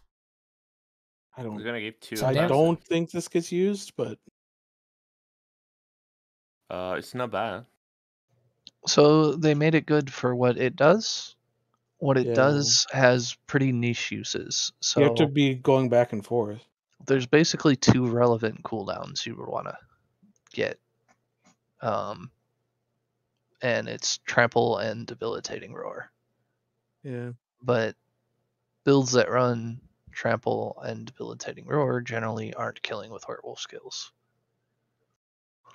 Yeah. Unless you have it win that tornado flesh render build. I mean, yeah. Ironically, again, it would be debilitating as a werewolf skill that makes the most sense. Yeah. But then the problem is those werewolf builds, they don't want to shapeshift. Yeah. They want to be wolf all the time. And then they have +6 ranks to +6 ranks to passive skills associated with shapeshifting on that ring. Cool. There's, I mean, we got for the skills, we got the base life to max life change for Fortify. Buffing Ravens a little bit. Buffing Rabies a little bit. More of the Fortify changes for stuff. Trample knockback distance reduced. That's nice. And then wait, it's good for fucking the Hunter Zenith. You can make it work for the new thing, the Boulder clone. Boulder clone. Cool. You could get free casts of Boulder by not if you didn't make it a core skill, if your hurricane was killing shit, or some other supplementary wolf skill was. For their passives, Okay, write that one down. Got a scaling ancestral fortitude now scales up to 15% all res. Okay. Interval lightning bolts reduced. Seems a little bit long for lightning bolts. Dock change. Safeguard. I'll change all the fortified to be maximum life. Nature's Fury. Casting Earth skill has 30% chance to trigger a free storm skill of the same category, and vice versa. These free skills count as both Earth and Storm skills. Well, that's really good. That is really good, but that's confusing. Why? This was already good. Does this enable that one roadblock we were having with support? No, because it still doesn't affect that skill. Still doesn't affect. It just makes the skills. Yeah, it just makes the skills that it does affect. Long story short, Nature's Fury cannot recover the cooldowns of shape-shifting skills. There's an aspect associated with it, right? Symbiotic, that basically says when you free cast one of Storm or Earth, the other is recovered. Right, and that doesn't go all the way through. And there's another misleading affix that says your Werebear skills function as Earth skills, and your Storm skills function as Werewolf skills. So it still won't work with this passive. However, the problem is that Nature's Fury always free casts a nature magic skill, Earth or Storm. But will that be able to? You don't free cast the opposite, and so you don't recover shapeshifting ever. That's the roadblock. That's probably. I know that went in one ear out the other probably, but I mean, I understood. So this new one's still not going to work for the first part that you mentioned. I'm not worried about the lowering the cool for the shapeshifting part. This still won't work with the item. This doesn't change anything to make it work. You still cannot cast debilitating. Then why is this line here? Yeah, I don't know. What does this do? It could make it so that. To me, it makes it to where, like, if you have Storm skill damage and not Earth skill damage, that the free cast of the Earth skill now benefits from your Storm skill damage. That's the only thing, pretty much, that I think that does. Continue scaling whatever you're free casting a little bit. Okay, seems like a bait. I think that's the entire purpose. Because I don't think it can work in such a way that now the skill you cast can also. If it changed twice, you don't get the. It won't self-recover cooldown, I don't think. To add damage to the bulwarks. Like you now need a DPS skill into the bulwark. Oh yeah, I mean, and there's one that is. One of Stormclaw is going to be so fucking juiced this season. Yeah. Is that what I'm going to be playing? The basic skill, man? It's probably going to be our best build. I want to play the basics. I kind of wanted to play the basic skill guy. There's a note just a little bit further down that you're. Don't skip ahead. Let's read while healthy, deal 25%. It's back.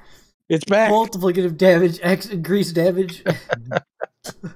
Okay, and 20% increase overpower damage. Cool. Wait, but within the same line, they did it. It's gone again.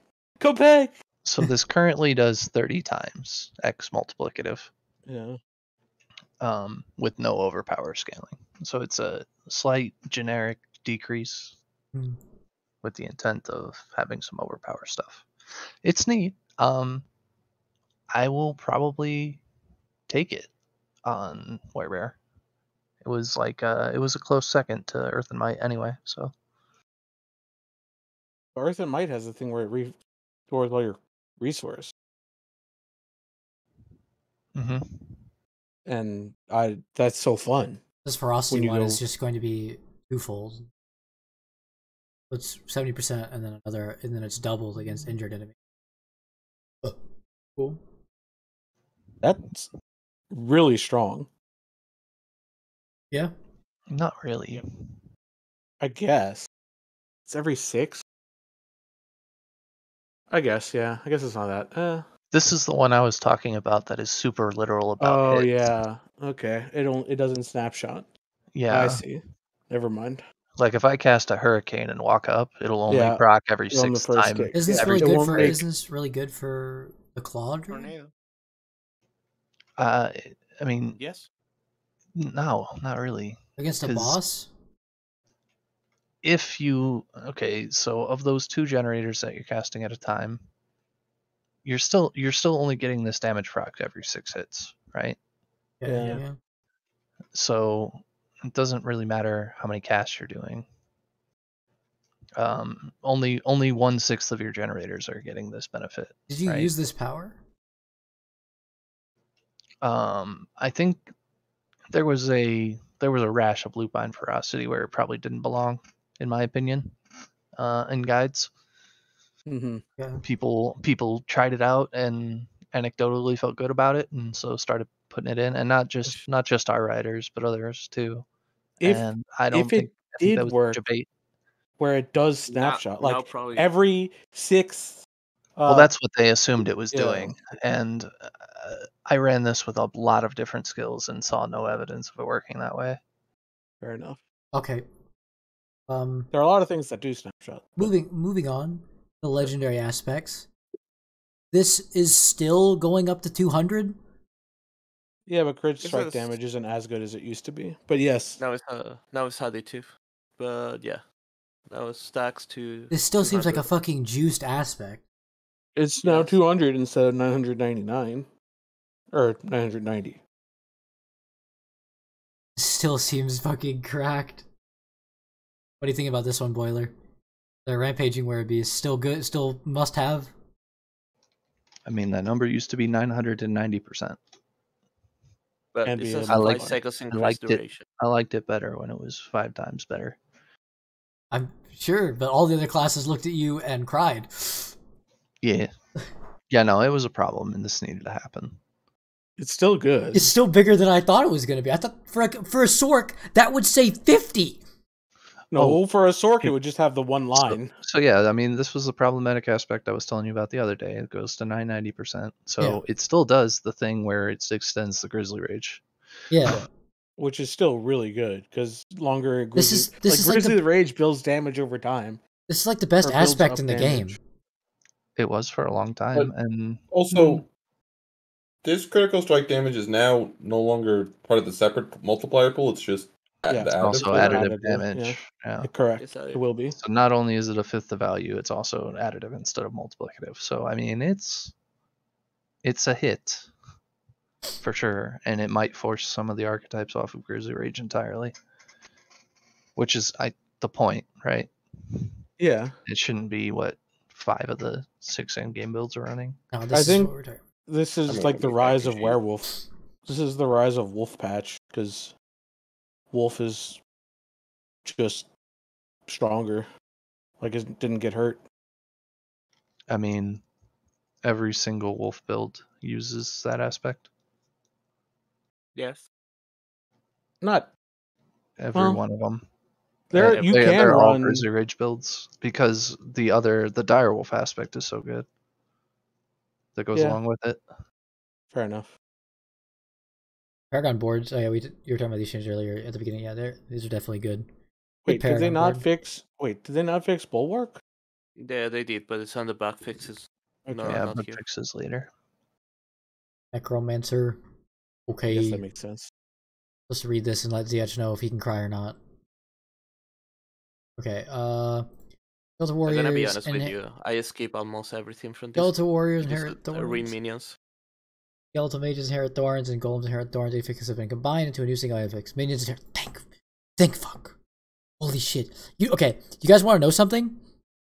No, I don't want to. These individual lines weren't working. Oh, Can I make one more comment about the Druid legendaries? Yeah, Yeah. sure. Passives? I know I've talked about them quite a bit. But the last comment I want to make is the Thunderstruck one. You should look at it real quick. Found it. Mhm. And then Give me just a sec.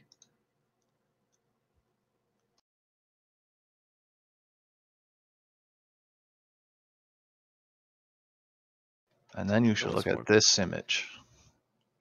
And then you should do some quick maths. Uh-huh. And then you realize that that is the same size multiplier as vulnerable was. Yeah. Big number. So that thing is the thing that's pretty much making up for the rampaging werebeast thing, but that is a cracked legendary node. It's an oversight level. I would Yeah. like to take a moment to once again address. What I need to look at? I would like to take a moment to once again point out how Druid is just the oversight machine that keeps winning. That's true. Like, they designed Rogue to be the main character, but then they got to Druid and just say, that I looked at that once, it didn't seem like the game broke, and then the game breaks, and they just leave it for Druid. So yeah, I mean that's lightning storm, that's tornado, that's Druid is the big that's bro. Stormclaw too. All the wolves get that back basically. Is the It's Druid not is the it's not Sani- Shred, interestingly. Shred doesn't benefit from that because Shred doesn't become a storm skill at any point. Druid is the Hokage of the. True, we do be hoes on Druid. Back to the Necro one. New affix has been added, means inherent critical strike chance. Cooldown reduction can now appear on shields. Holy shit. Okay, good. Shields now have an armor value determined by their item power. Thank you. They did it before? No, it was so dumb. Your shield gave you fucking nothing. It was so stupid. I dropped the lidless wall and looked at its stats and went, No armor. No armor. Blood orbs now also heal your minions. 50% of your maximum life when picked up. That's not going to really be important. Skills. Chance to leave behind a corpse increased from 15 to 100%. Thank you. It was so dumb before. 15 to 100. This is what it did. It was when Army of the Dead's volatile skeletons explode, they have a 15% chance to leave behind a corpse. It needed to be 100 for the purpose of the skill being usable. Now it is. And the other 4 to 5 amounts have changed to maximum life. And the decompose time to make a corpse reduced from 2 to 1.5 seconds. That could be even faster. This is not formatted correctly. Why is that just slapped onto the bottom of damaged deadly bone prison with no icon? That was confusing, but that's still way too long. It needs to be like 0.5 to 0.25 seconds. Decompose. Anyway, death defense. Okay, so okay, this is the new thing. What does it do now? Your minions gain 4 to 12% armor and 24% resistance to all elements. Good. Wait, is that 12% of your armor and 20% of, or is that they inherit they inherit your stats, so it's increasing that amount by. Okay. So the amount that they have after inheriting will be going up by that amount. That seems really good. It's pretty good. The resistance doesn't seem as good. It's still good for minions because, I mean, again, our resistances now work in a different. Yeah, it's good. Terror now applies to your shadow damage rather than darkness skills. Wait. Okay, that's better. The first bonus now applies to chilled enemies, and the second bonus applies to frozen. Wait.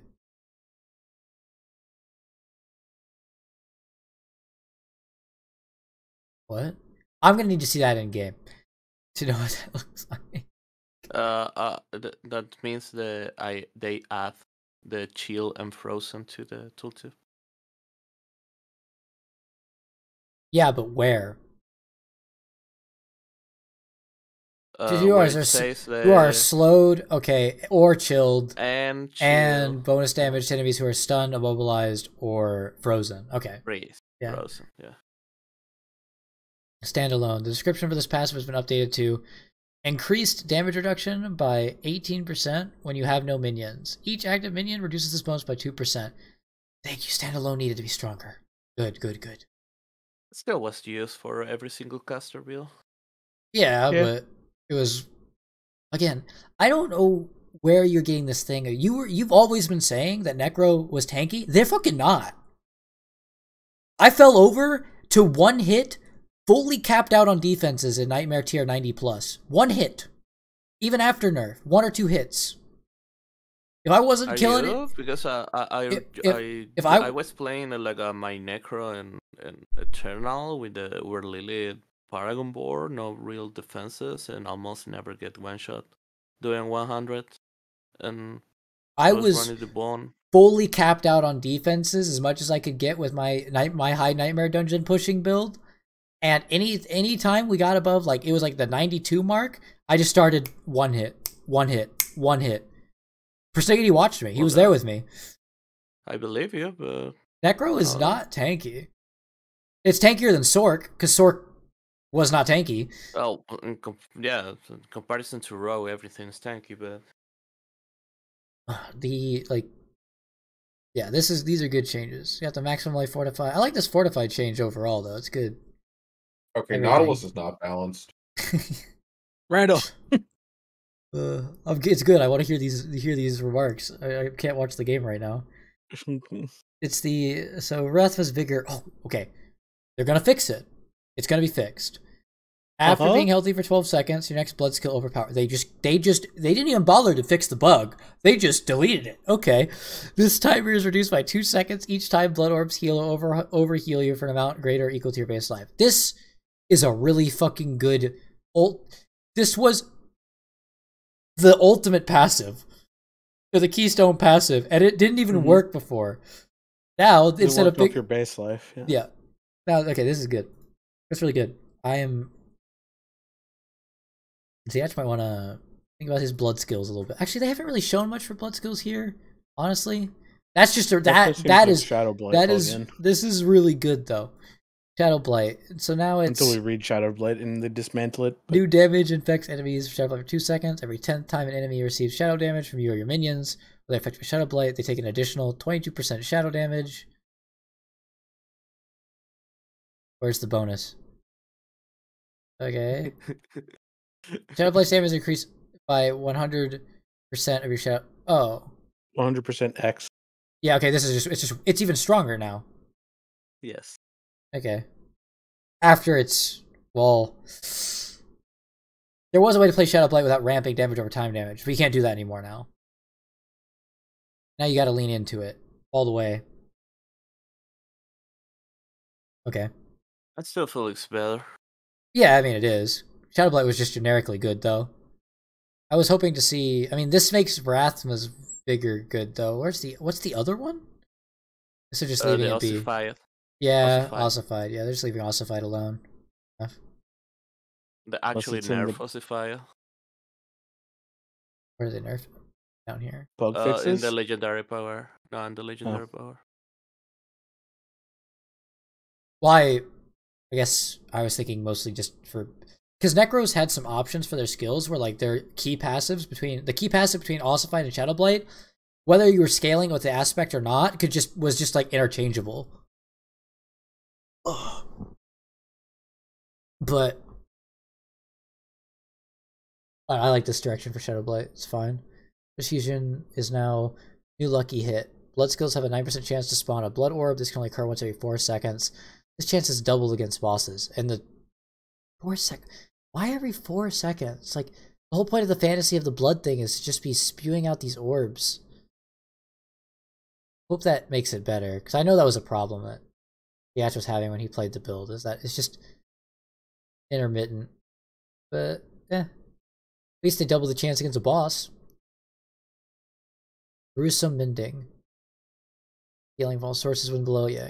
New receive plus 30% more healing from all sources. That's better. Inspiring Leader. Healthy duration requirement reduced to 2 seconds. Ooh, nice, okay. Ossified Essence, damage for Essence, pass roost from... Oh, they cut it. Oh, there is a change.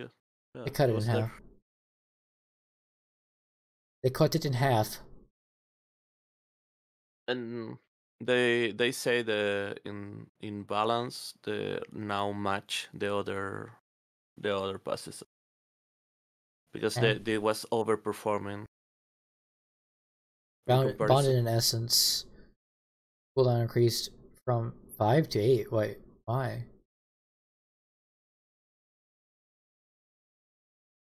That is a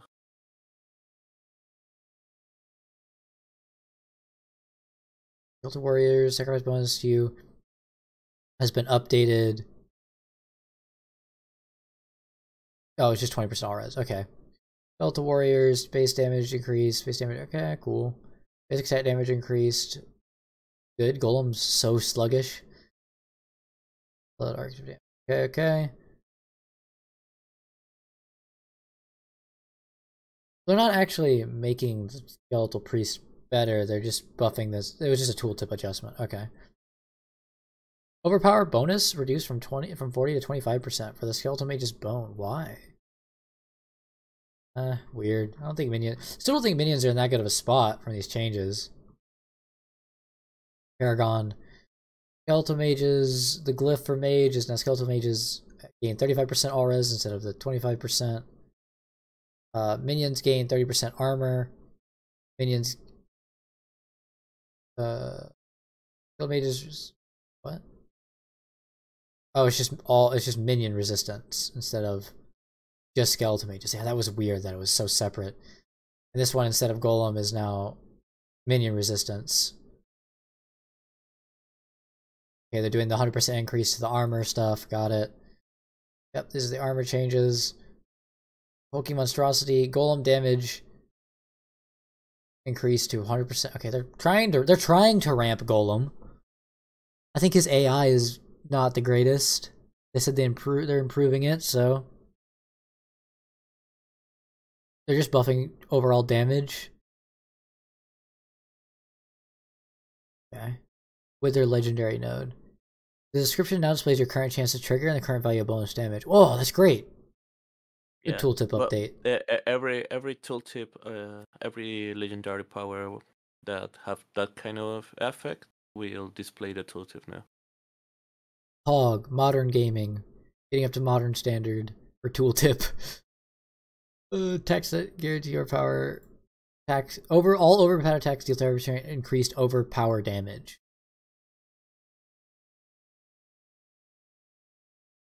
Okay. Blood grab. Maximum essence per stack reduced from 3 to 2. Maximum essence reduced from 24 to 16. That makes sense. Wither's legendary node scaling from willpower to int. Wait, oh, we're gonna be able to ramp Wither hard. Dude, this is a Shadow Blight game now. That's you're not playing. That's some ramp. I mean, yeah, that's just some insane ramp for Shadow Blight on Necro. Darkness is going to be willpower is int as well? Scourge is also going to int? What? Yeah. You're gonna have too many int boards. Shadow Blight's like the fucking play. That's insane. Also with Ossified getting the fucking hammer. Seems like it's blood or Shadow Blight. That's cool, though. Yeah, as I understand it, Necromancers overpower pretty good. Yeah. Their blood skills are good at that. Shadow Blight doesn't do that, but overpower, but the blood skills definitely do that. So we got the unique items. So the chest plate is having total armor replaced with bonus max life. It makes sense for the overpower and I mean fortify. Yeah. Oh yeah, it makes sense. Tesla's Visage, total armor replaced with damage reduction. Okay. Echoes up behind a Bone Spear from the unique power now deal 5% multiplicative 5% more damage for every plus 30% of your critical strike bonus damage stat. Whoa. Oh, that's really good. These echoes never like did anything really. No, they do a lot of damage. It looks like they don't do damage, but their base damage has been reduced. So now you're gonna have to lean into that. You want it? Eh. But it got reduced for like a tiny amount. Yeah. Bloodless Scream. Damage to frozen enemies, Apex replaced with bonus int. Okay. Chill amount for darkness I feel skills. like a main Increase... stat is gonna be really good in everything. Chill amount for darkness skills. Up to 40. Wait, doesn't that freeze them? Chilling for 100% freezes? Actually, Didn't this just mean your darkness skills? Well, they're not actually getting CC'd, so it's actually a benefit. If it's chilling them, if chilling to 100% counts the target as frozen, but it doesn't actually freeze the mob, it can still be useful. Unique power has had the following effect added. Darkness skills deal x20 to x50% bonus to frozen enemies. I don't understand why it don't actually freeze the enemy directly. Maybe this will be... This is two-hand... Oh, this is the two-handed one. I still don't know about that one. Death Speaker's Pendant, summoning skill damage, affix... Oh, this is that weird one. Necro got some weird ones. Overpower damage, affix replaced with... I don't think this is... I think this is still a miss of an item. Black River, this is the one we use Corpse Explosion for farming. Damage healthy enemies, affix replaced with bonus ranks, all corpse skills up to 1 rank above normal value. That is nuts! Damage to enemies, affix replaced with bonus ranks of huge... Dude, it is literally just a Shadow Blight with... It is literally just...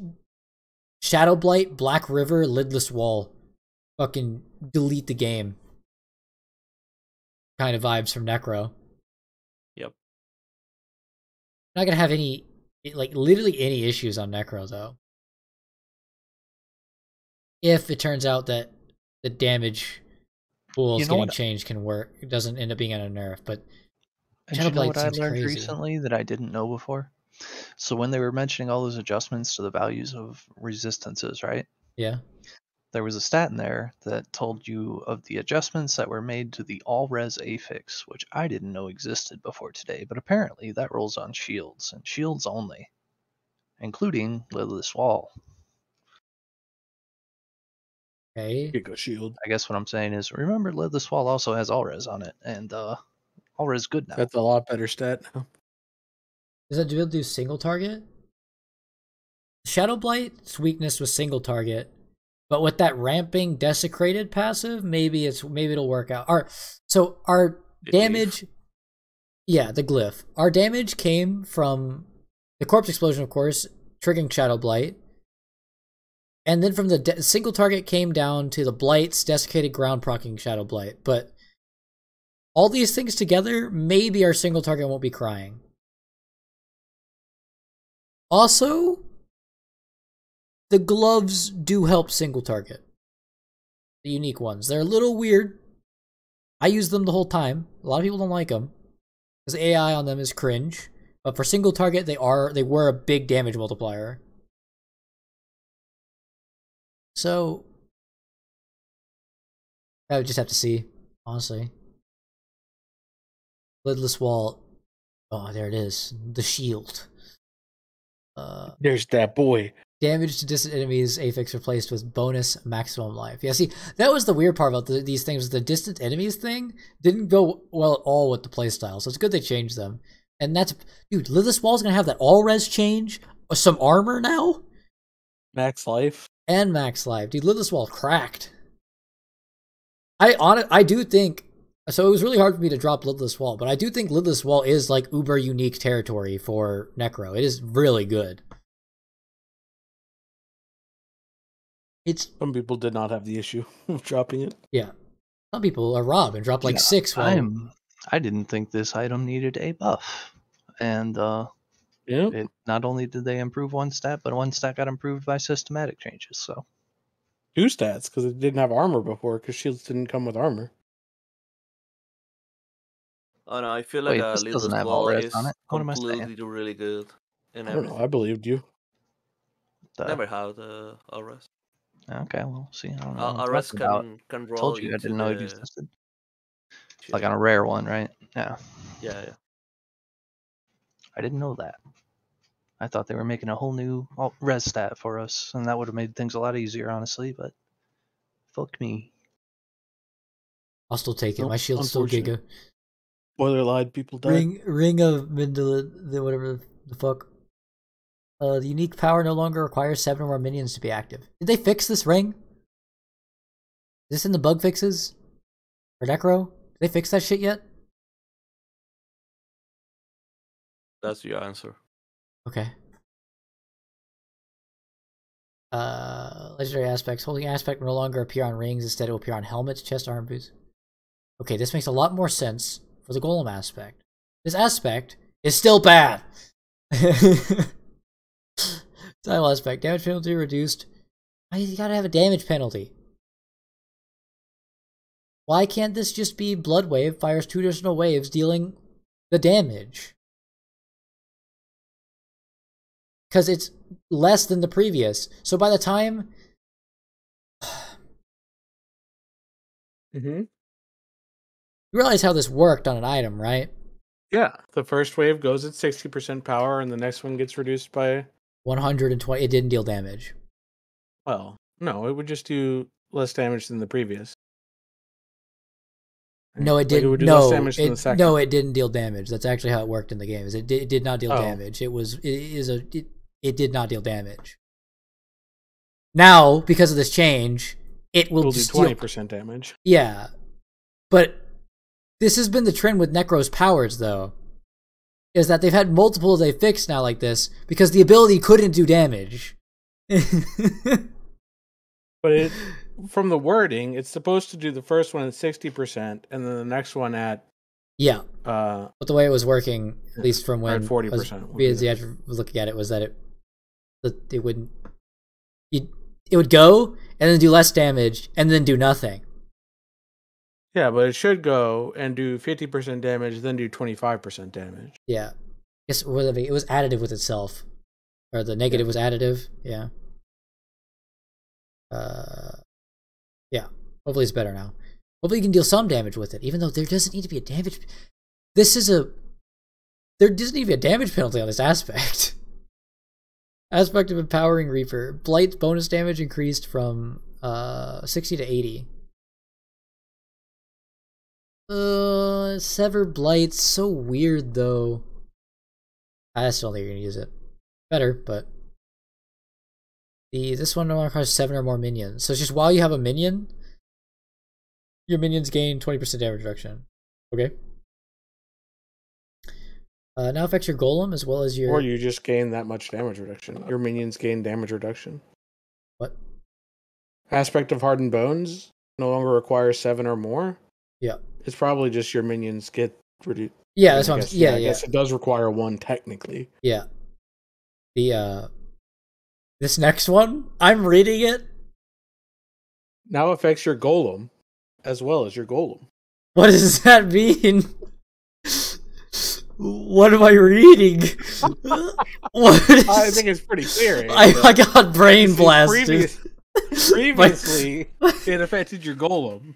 Now it affects your golem as well as golem. Bro, help? Is my brain that smooth that I'm not able to understand this? Over the aspect. That might not do it either. It could be embed issue. Your skeletons gain increased damage while active up to 40% every 10 seconds. Now affects your golem as well as your... It's just supposed to stop with now affects your golem, but my brain was just... It might be supposed to... Maybe it's supposed to say affects your golem as well as your skeletons? And they just didn't type it correctly? Yeah, I was reading it, I read it again, then I started to say something, and then I read it again. You take 1d4 psychic damage, however it was crit. Yeah. Holy shit. And an overpower. Oh my god. And you're vulnerable. Yeah. Coldbringer's aspect. Okay, make this one good. Okay. So that was reanimation you were just reading? Yeah. Now affects your golem as well as your skeletons, is what that should say. Okay. I will put a note in on that. Thank you. Get a screenshot of that. Thank you. My brain exploded. Please fix. Well, okay. yes, exploded because Nautilus. We certainly want to fix that. Yeah. Crazy. Affects your golem As well as your Eggman. Yeah. Hey, that's pretty good. There's 44,000 words here. I'm Yeah. surprised we got this far. The Coldbringer's aspect. So this previously is every 8 seconds, your cold skeletal mages can cast a blizzard that deals cold damage and continuously chills enemies for over 6 seconds. Notably, the blizzard doesn't last that long. Oh. Yeah, the blizzard lasts 2. So just comprehend that downtime. So I was like, oh, they're gonna fix the downtime. No, it's just any skeletal mages can cast blizzard, which is better. There will be more of them, but they still got that cooldown that you can't reduce. Because for some reason that doesn't get. It's one of those things that is an item power that doesn't get reduced by your cooldown. So like, why have cooldown stats? It's better. It's still a miss though. Partial miss. Aspect of potent blood. Previous, while at full life, you got the blood orbs grant essence, and now it's while healthy, blood orbs grant essence. I mean, healthy is above 50%. Yeah, this is better. Oh, healthy is 80%. 80%, yeah. It's still fine. That's the whole point of blood, though, is to be healthy. Yeah. Fuck. Now come the shorter page. Rogue. And Sorc. Sorc have more. Rogue have only one big change. Shadow Grasp. Tell me what the big change is here. I'm getting real tired of reading. Okay, one of the big changes are Shadow Grasp of Shadow, and Crow of the Nameless. Mm-hmm. They change in the core skill to a scale from 1 to 2 to 3 to 4. Okay. And now Crown is gonna give for all imbuement as well. I don't know, it's gonna scale with the upgrade to 5 or 6 with the no jet, or gonna stay on 4, but it's gonna be a blot. They improving the UI for the Shadow Clone and the Shadow Grasp, and getting better affixes overall. Dude, this Eagle Horn is... Wait, the penetrating shot unique's kind of cool now. No, it's worse. Eagle Horns make it worse. Sky Hunter make it worse. Wind Force is actually maybe good now. There's some synergies that you get going with Wind Force. You get like a 24% crit chance increase and a lot of stuff. And they buff in another passive. Ward of Hakon's still not good? No, it's gonna be really good because they buff it a lot. The ultimates. Cooldown reduction takes place with Rain of Arrows. Cooldown reduction at 300% of normal value. Okay. Yeah, and also the boots plus the changes of the no witnesses. Oh, you get your movement speed on this amulet. Yes, that's another good thing. Okay. The skills, they trying to buff Generator to match Puncture, not very well.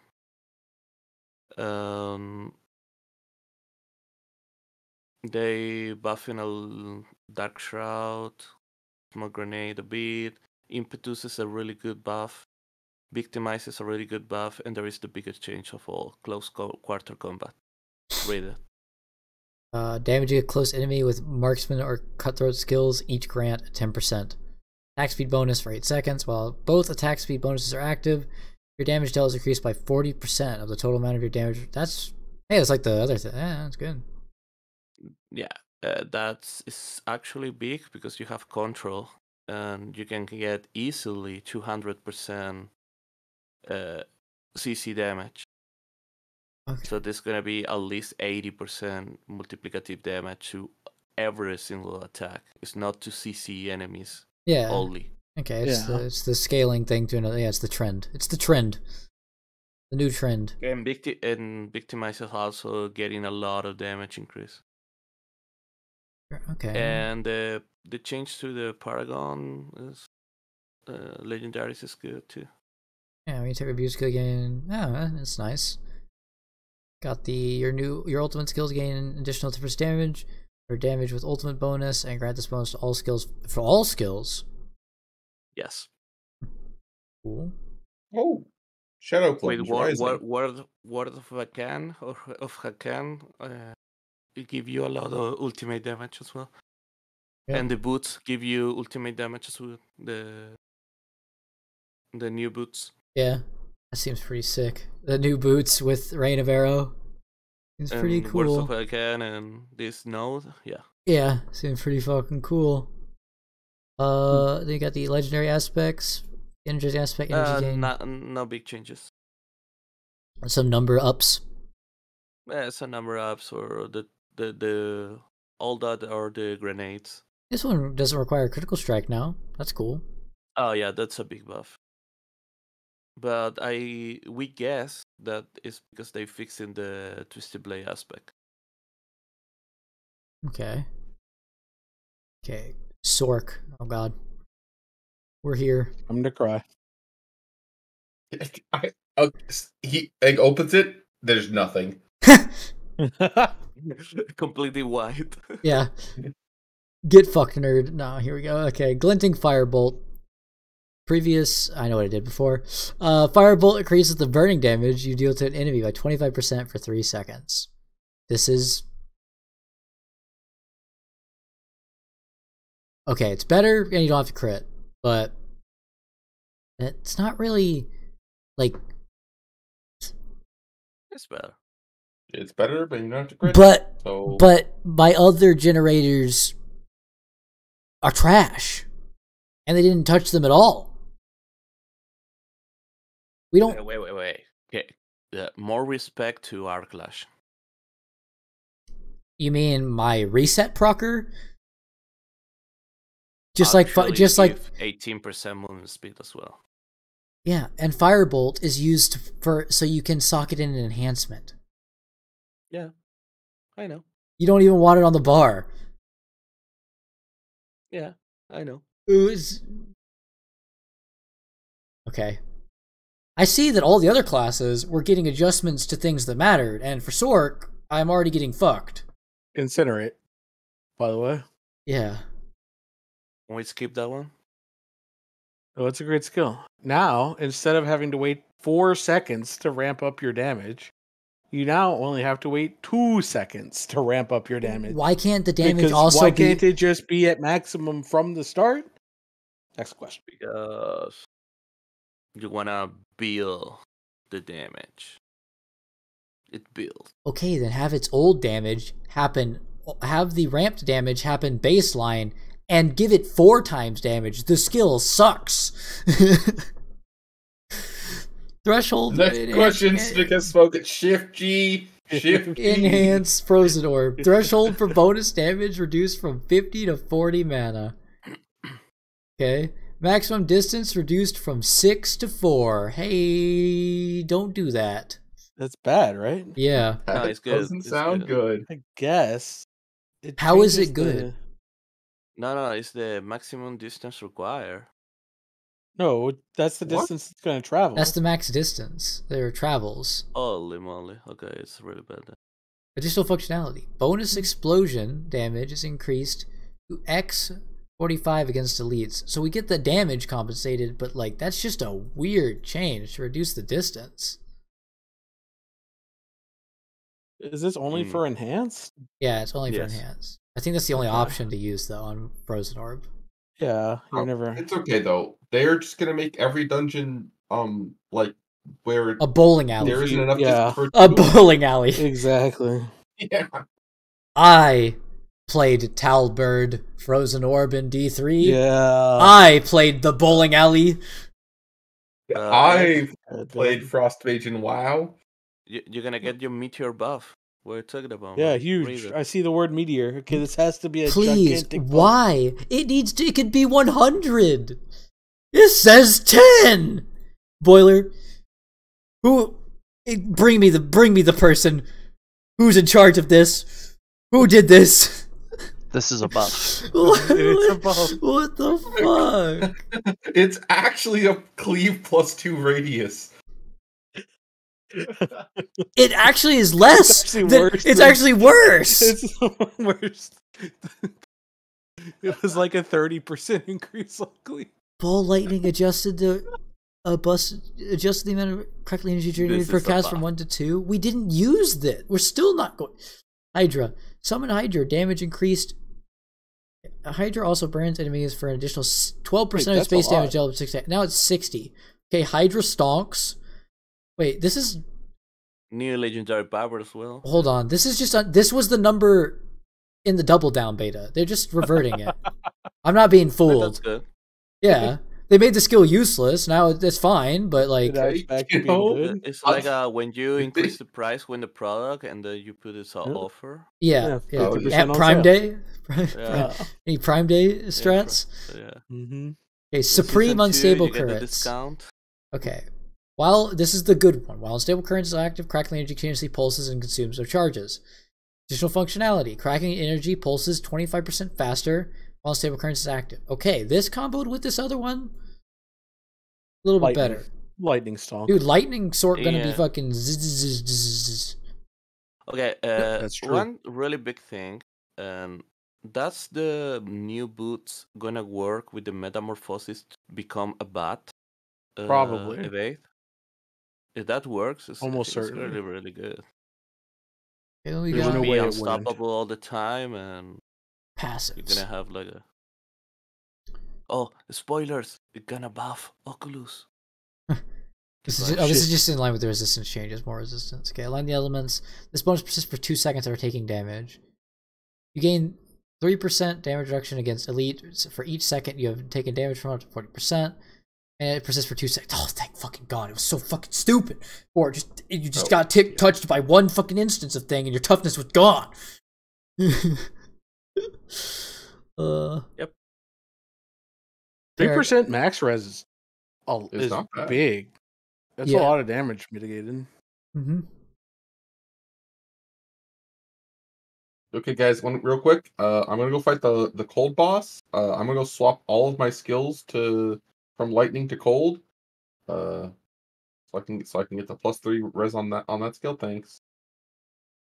Well, you doing all Enchanter. of them, right? For each skill equipped in your enchantment slot, gain +5 maximum resistance to that skill's element. That's huge. Question: with potent warding, does it currently work that you can have all? Yeah, it's for 9 seconds. Oh, this is the bonus requirement. That you get the latest cast. Wait, skill. this is the bonus. This is good. Yeah, but remember the cap is 85. Yeah. Yeah, you do 1 and 1 because all Sorc builds are like 1 and 1 of element.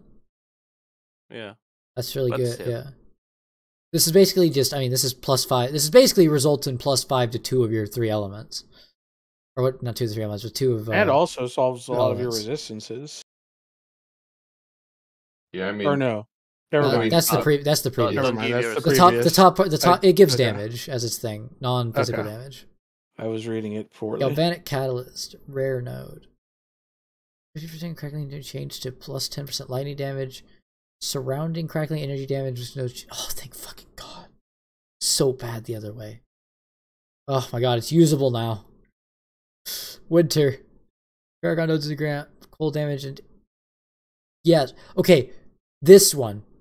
You guys know this. Okay. Most people probably don't know. This glyph was unusable. Yeah. It had no spot in any board that it could fit and hit anything. There was nothing. There was nothing on Sorc on a Paragon board with this tag. It was completely dead. There was no cold damage. Yeah. It was completely dead. Sorc best class. I don't know what you're talking about. So now it just gives 120% bonus to rare Paragon nodes. Which isn't that interesting, but at least it's usable. But the secondary is what's good. When you chill an enemy, you deal up to 15% multiplicative damage. Increase. Well, yeah. This is good. It's okay. It's okay-ish now. Searing Heat. So it's previously casting Fireball Meteor. Gave the this was the good one. Don't make this one bad, please. Your critical strike skills have their critical strike chance increased. Your fire skills have their critical strike chance increased by +10%, and the direct fire damage is increased by an amount equal to X 10% of the total amount of your bonus damage with fire, up to a maximum. It only goes up to 30. 30? That's so shit. What? Explain? It's Why- still a Wait, lot. but so you No. you'd still Why need is Figure that? that to druid. Why is that not? so it's 10%. So even to get 30, you'd need 300%. Yeah. So why Compare is it that to capped? druid. Bro, I'm calling class favoritism over here with the other It's like classes. 200%. Necros was 200. It was like 200. Yeah, so this is very comparable to the Earth one I was talking about before. And that thing scaled at 25% Yeah. of the crowd control bonus, so that I only needed 120 to max it out to 40. Instead of 300. Am I? Without the To close cap it out at quarter 30. combat, passive change. However, in the mine roll, is- I will be however- complaining as well. But However, mine is a multiplier and yours is better than one. Yeah. How is this better than a multiplier? yeah, It was just Because separate. you're not over crit capped, right? Crit chance has higher value than higher relative value than the multiplier of. So what I'm saying makes sense even. Yeah. But I don't. plus strength crit is a lot. It does look very funny, though, when you compare it to Yeah, druid. but our thing was 15% before. It was only fireball and meteor, but like this is better for Like the I- sucky fucking incinerate. fire vortex thing skill. What's that? That's an ultimate. You didn't really do damage with that. This is This is an Hydra. incinerate buff. no, because it's with Hydra. your direct damage. Incinerate was for the damage. This doesn't make Oh. sense. This seems like just bad. They took it, instead of 15% crit, it's now 10% crit. And you get this 30x multiplier if you manage to get 300% bonus fire damage. Yeah, this needs to be way. Wait, what? This needs to be way easier to scale this second part. Wait, where do you got the number? You get What? 30%, but you get 10%. You get 10% of your bonus fire damage value. Up to 30%. Yeah, you have to get 300%. You have to get 300% bonus fire damage to cap this out. Oh, it's really easy to get 300. But you don't. It's not worth the resource you're putting to it. Why? Because your But it's still really easy to get. So I don't know, your bonus to fire is going to get like that pool. I guess I don't know it's if there are enough sources of it to where you can cap this out. I don't know. This node it- is on such a bad spot on the Paragon board for this board. I think this is just a skip node. Still, a Burning Instinct. Used to be burning damage is increased by 40% of critical strike damage, further increased by 5% for every 20 int you have. Now it's your burning damage deals bonus damage equal to X 10% of the total amount of your critical strike damage bonus, plus X 1% for every 75 int you have. What? Isn't this just worse again?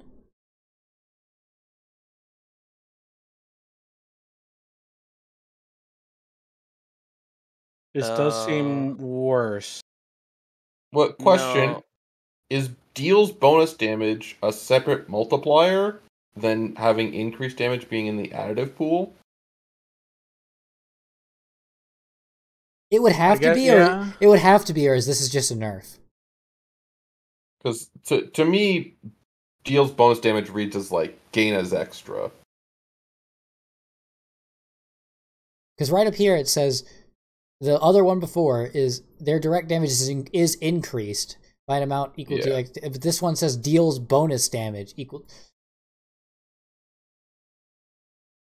I don't have any review. Is it so plus 75 int? Let's say you have like Yes, it's 750 int. Obviously, it's would be it's 20%. trading additive damage for a multiplier. That's why it's Okay, seemingly so- harder to scale. So let's say you have 750 int. This would be 20% of your crit strike damage bonus is a burning damage multiplier. That seems a lot less than 50%. we also got up to like, I had like 900 int. So this used to be, it was 40% crit strike damage, further increased by 5% for every 20 int you have. I feel like they just gutted this node. I mean, it's a multiplier now instead of 85%. But this was like, even with the crit even if they had just left the crit damage bucket the way it was with this in it, this still seems better. Even after crit damage bucket change.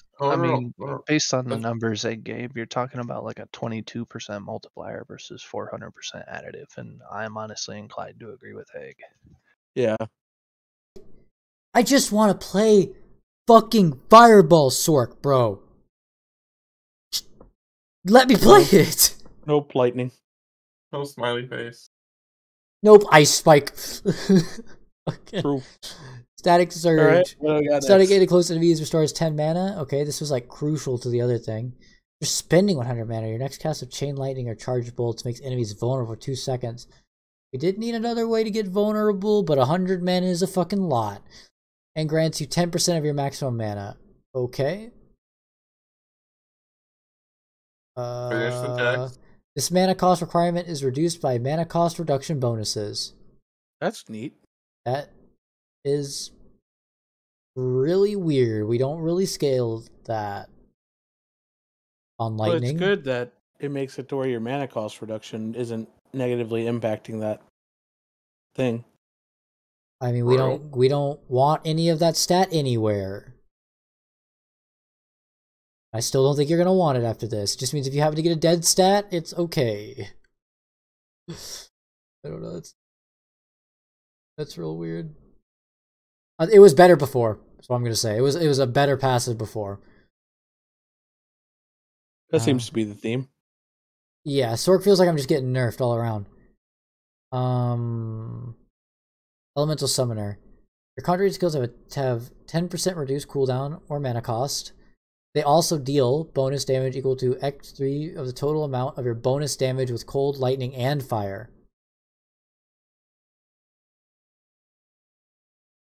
Okay, this one's just a buff. Because before, it was unusable before. You didn't even use it when you played the Conjuration build. So,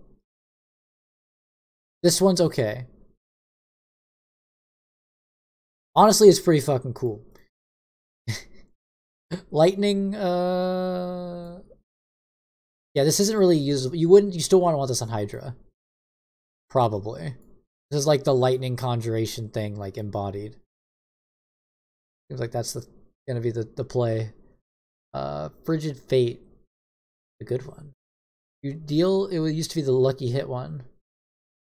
You deal bonus damage to vulnerable enemies equal to X 10% of total amount of your bonus damage with cold. Up to a maximum of 30. Dude, why do I have to get such a high number?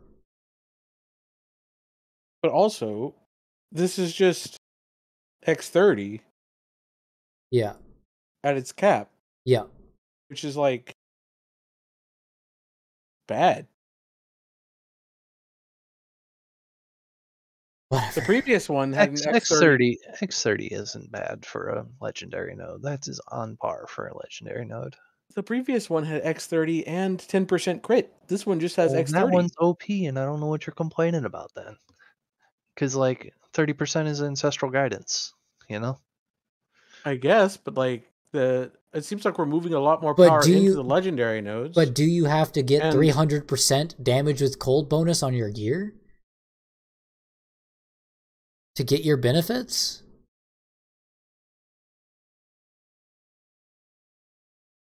Like, this seems like a pretty drastic investment requirement to... I have to spend 75 resource to get it for 5 seconds. Three quarters of my base resource. Like, the druid one is 140%, right?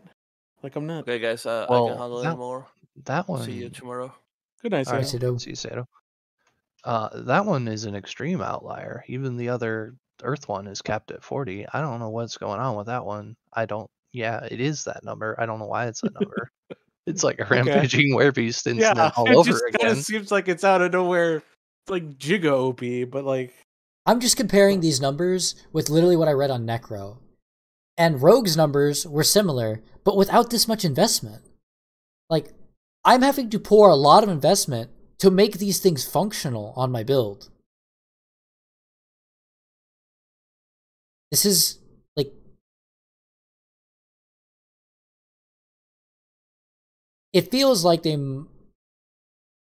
didn't quite understand the level of investment you'd have to put in to actually make these, like, feel comparable to... Maybe not the other ones in my class, because they're all being made this bad, but, like, the other ones in my... Like, the other classes. Of other classes, yeah. Yeah. Icefall. Being frozen enemy grants you 50% maximum barrier life as barrier for seconds. Your frost, it's now your frost skills deal X 15% bonus critical strike damage to vulnerable enemies. This bonus is and this doubled. one's uncapped. Yeah. Wait, what does it scale off of? Crit strike damage. Wait. Oh, No. Hold on.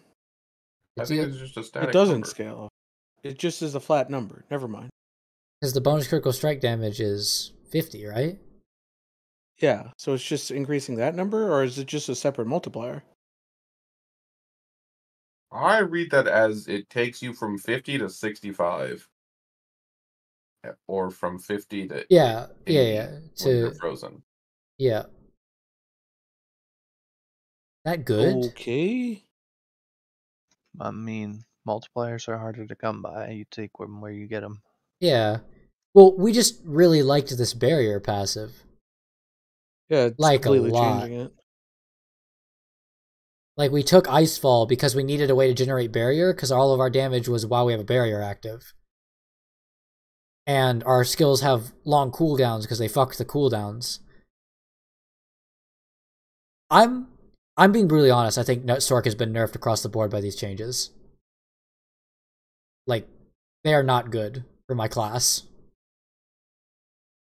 The all-res one is okay. Like, other than that, I feel like these are just not... The max res seems like good defense. Yeah. But, like, I'm losing this defense on at least the ice builds. For the bear... Am I getting it back somewhere? Keep reading. Keep reading. Don't mold yet. Oh, no. You just read everything so I can go to Of bed. piercing static. This was it's called... Go to bed. Legendary powers have been swapped with the staff of... Oh. This legendary power has been swapped with a unique item.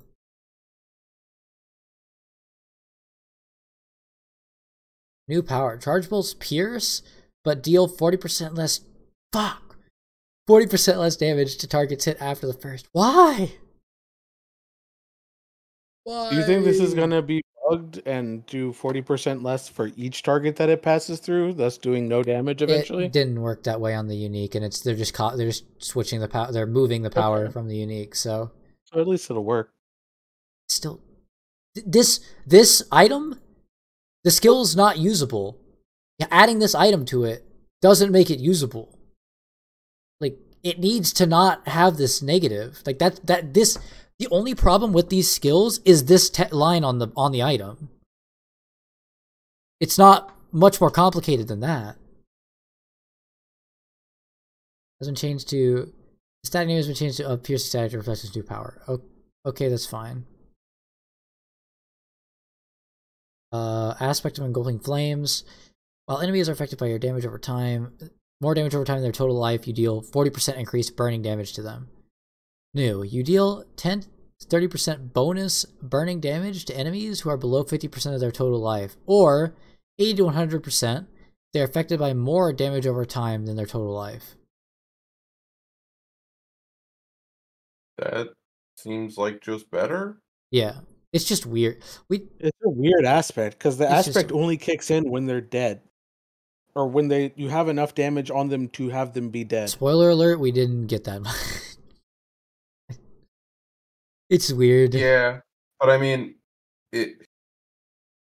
like, theoretically, if you had a way to like giga scale duration on things, and like you made it to where you had like a 20-minute duration on your thing, and you never expected it to actually kill, then you could apply a dot that you never actually expected to tick down, but it was a dot for more than their life.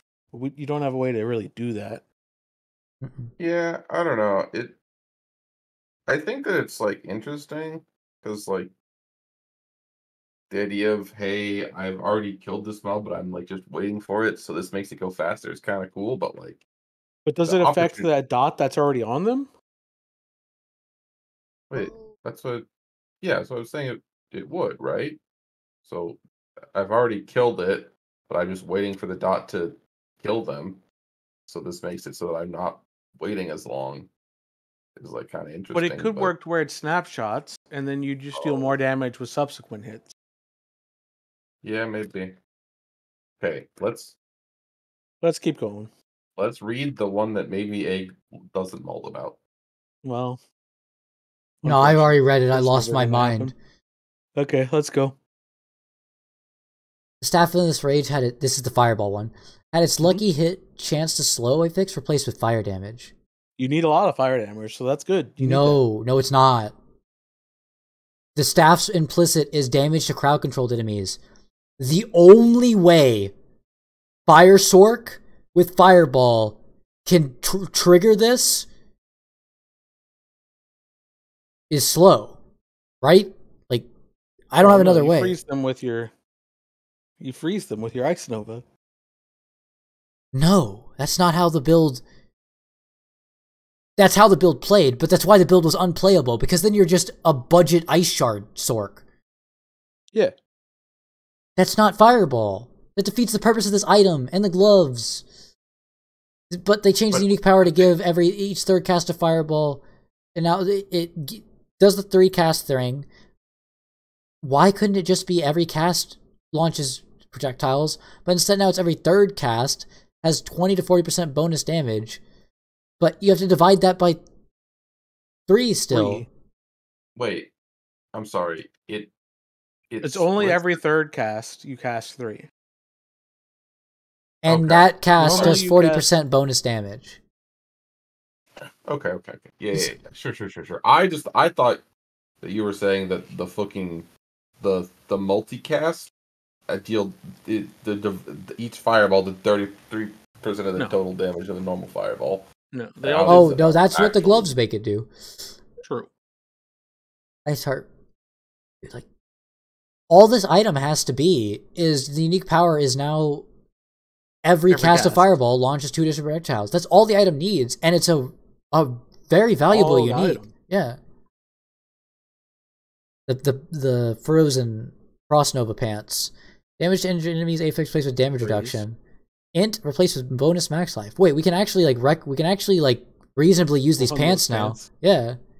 Actually viable pants that you can not instantly replace in High Nightmare dungeons. That's a good change. That's a good change. They still stack? Yes, yeah. Yes, and work off across the map, yeah. Yeah, turns out nobody did that though, because Sorc is shit. Fell over. Good point, but next question. Mm-hmm. Next one, we got the boots. Slow duration affix replaced with critical strike damage. On boot. Okay. Critical strike chance increased by percentage movement speed. That's what they did. Yeah. Evade grants movement speed. Inherit affix. Duration increased from so it's now just scaling like the other the generic things. That's just okay. These boots are still not good. They are one of the only places to get shrine buff duration though. Spacebar to get more crit chance. Yeah. They're okay, but I don't think I'd consider them over other boot options. Especially because that other unique boot exists now, which I need unstable currents always. What do those do? When you evade through an enemy, it reduces the cooldown. Yep. I see. Of your ultimate skill. The staff that they remove the power from. Okay, let's see. It's now been... Your cast of charge bolts have a 50% chance to be attracted to enemies and last 300% longer. Oh, they literally just copy-paste. They didn't buff it at all. They didn't buff it? No. They nerfed the thing that was on it when they moved it to an aspect.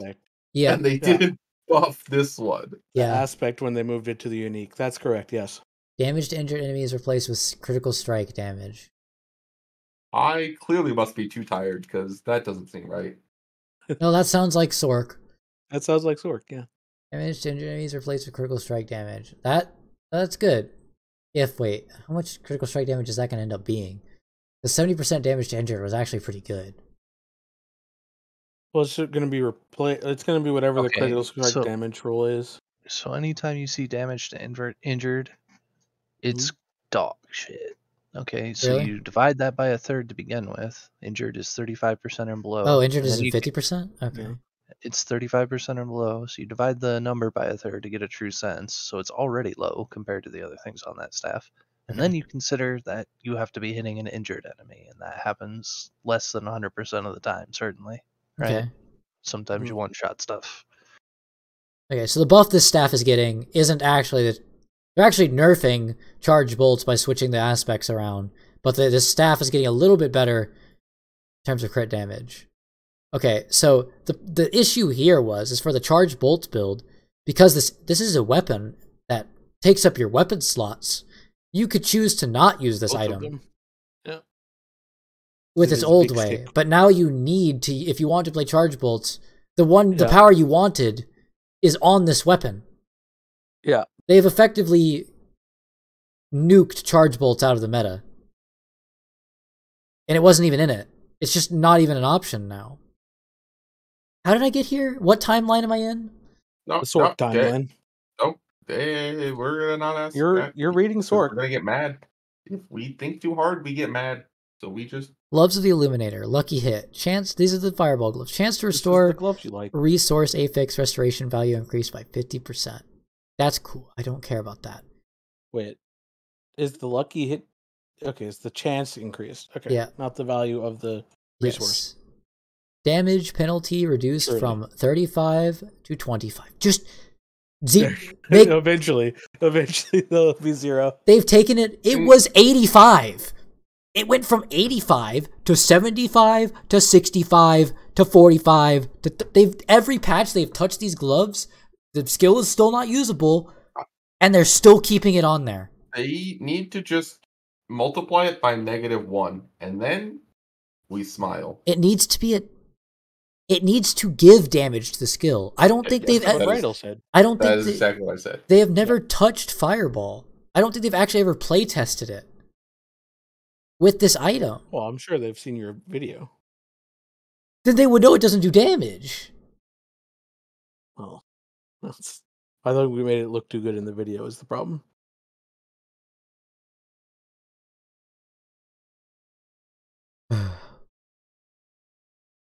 There's comments that still come into that video every now and then are fucking great.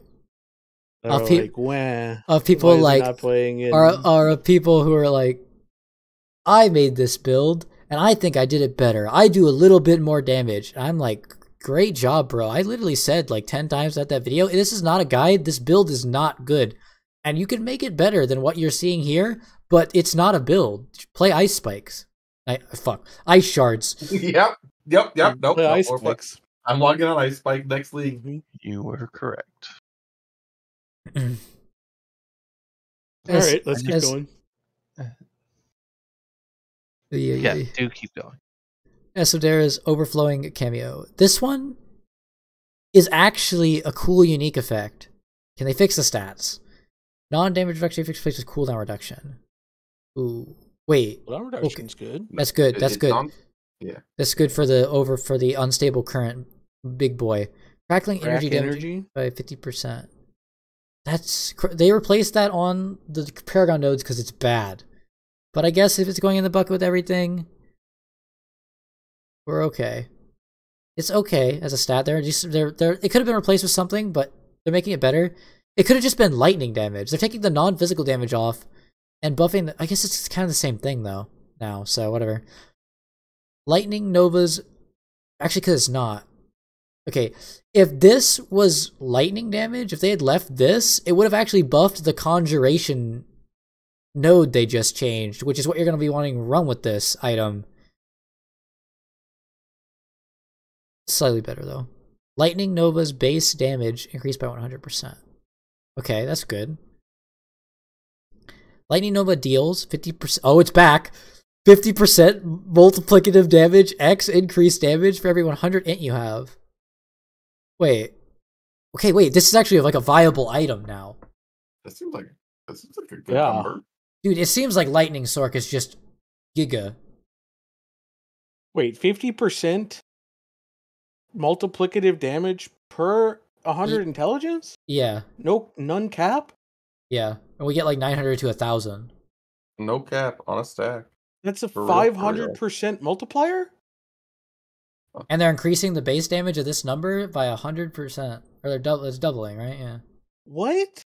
Huh? Is this a druid item? What class am I on? Wait, What how the fuck bad is must the this? skill be that they're 10xing its damage and to make it playable? I think this is an oversight. I don't think this item didn't do damage before. Yeah, I think this is no one tested this shit, and it's gonna be OP. And it's on a Sorc, so that means they'll hotfix it day 2 and we'll be dead. 3,600, so it'd be 36,000 damage.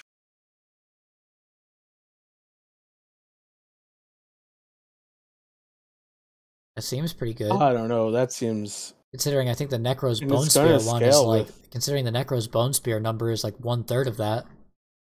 And it's gonna scale with like lightning damage stuff. Yeah, we'll move on. Flames, that sounds really good though.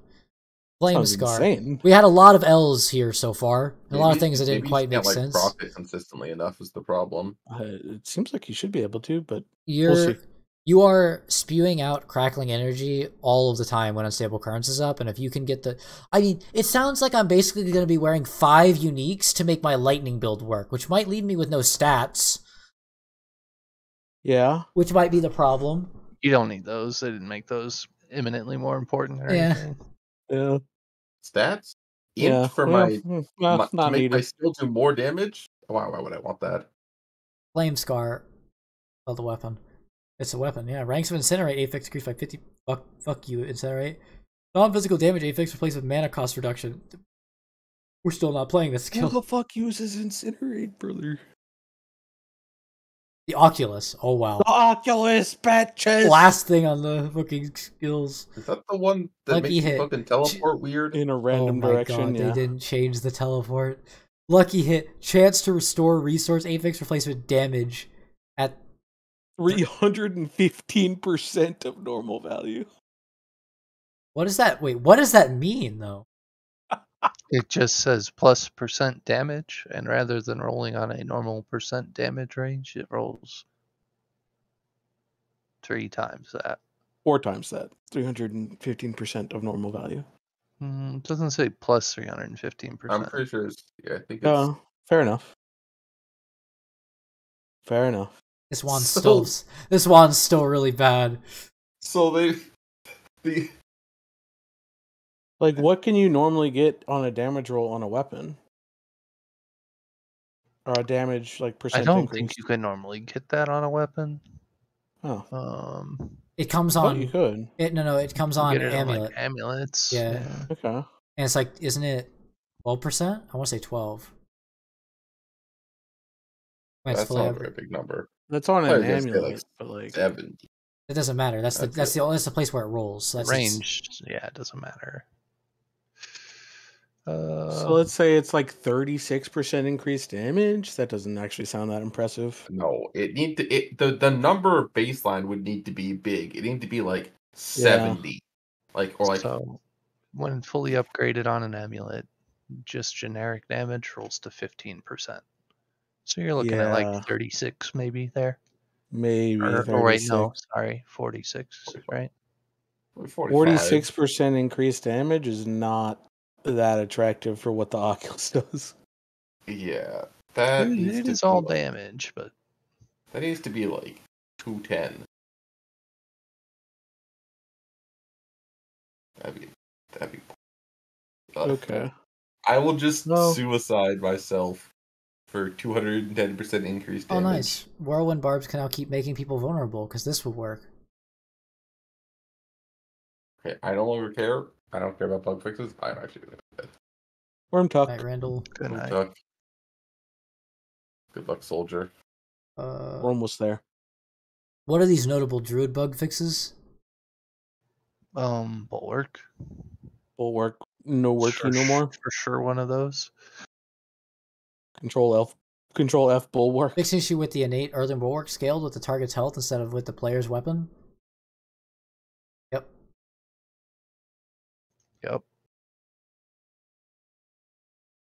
Now it scales with the player's weapon.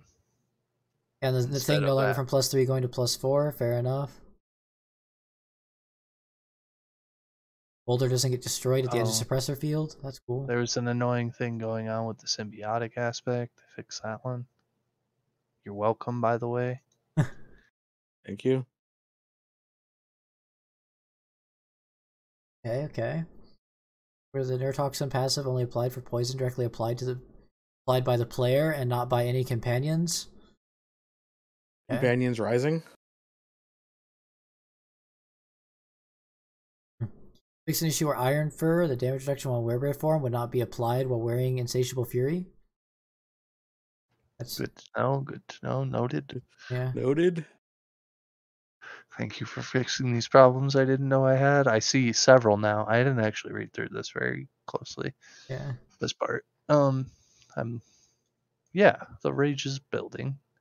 I guess there is some worthwhile stuff in here on the whole. Yeah. But a lot of it is stuff I wasn't aware of to begin with, but fucking thanks. Yeah.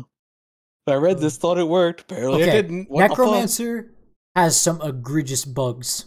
All right, let's read them. Fix multiple where bone prison in certain situations, locations could negatively affect NPC behavior. Okay. Fix issue where the ghastly bone prison's vulnerable effect could trigger lucky hits. They fixed it. Minions are dead. You can't play minions anymore. Unfortunate. They did not add anything into that patch note up there that was going to be enough to fix this carrying minions. Tough. Because they relied on the... Before. It was just, you just cast Bone Prison and it triggered lucky hits, and the Ring of Mindel made this... You weren't actually doing damage with minions, you just had them to trigger the booms. I see. Yeah. And you used it to proc Bone Spear on bossing. This fix fucking nukes all bone necro shit. Hard. Shadow Blight Rising. Yeah. I'm pretty sure that it's literally just Shadow Blight as necro. Like, they didn't make blood that good. You just play Shadow Blight. Like, you're going to be... Like, that's the only... There's overpowered blood. Yeah, it'll be fine, too. Should have Twitter for Golem, not reflect... Fixed an issue where Golem did not reflect Golem. Fixed an issue where the aspect of Cool Cores could infinitely launch... Fuck! No! Oh, they fixed it! You could infinitely launch extra lances if you had another player spawn an orb, and it wouldn't consume them ever. Fuck. My bugs, Madge. See the aspect of Serration displays bonus added and was actually... Huh? Wait, that explains why this was so OP. This was a multiplier?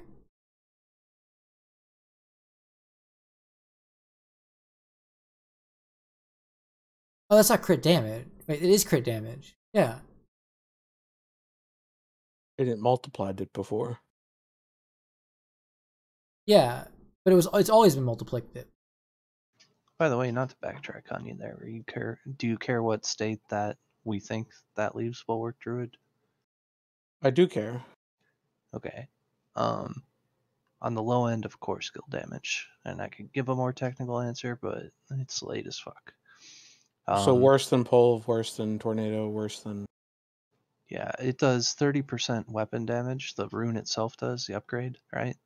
Mm-hmm. But it has the barrier gen bonus, which is a multiplier that other skills don't have. So if you min-max that, you get roughly double, call it 60% weapon damage. And you can compare that 60% weapon damage to any of the other core skills at about level 9. Bulwark doesn't scale damage with levels, with ranks, because it's associated with that upgrade only. Bulwark instead scales its barrier. So if you take 60% weapon damage and compare it to like any of the other core skills at level 9 or so, you'll get a sense. But like landslide at 9 or tornado at 9 does like 63% damage. So not that much more, but tornado hits an awful lot more than you can with bulwark. An awful lot. It's definitely seems like it does less than core skills if you look at it from that perspective. What does this mean? Bonus physical damage to nodes within range has been changed to bonus magic damage. What does bonus magic damage mean? Is that not just a word? This is that it's not a thing. This game. This has to be a typo. Or I something. can go to the official notes. And this glyph, they didn't put this in the glyph changes for this glyph, but this is the same thing that they put in the changes for Sorc. This glyph didn't fit anywhere. There was no spot on any board to put it. Fixed an issue where the corporeal's glyph's physical damage bonus wouldn't grant any bonus in certain slots. Yeah, there was bonus no physical damage to nodes within range has been changed to bonus magic damage. Yeah, that's just not completed. So that's what unclear. The notes say. Yeah, that's unclear what that does. Maybe it increases the magic nodes, even though they have the nomenclature for that, and they could have typed that out, but yeah, I don't know. So what do you think is the tiering of Druid now, Boiler, in the new season? Because like Claw gets, or the generator boy gets a lot from the powers. Yeah, my gut says that one is the best one. Followed by Tornado. Okay. So then we have the gigantic damage multiplier also, right?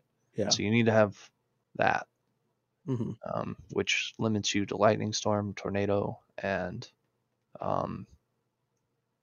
Stormclaw. Yeah, out of the established builds. So you could also do some symbiotic stuff with, since Stormclaw uses a crone, right? You could do symbiotic stuff alongside it, I guess. Perhaps like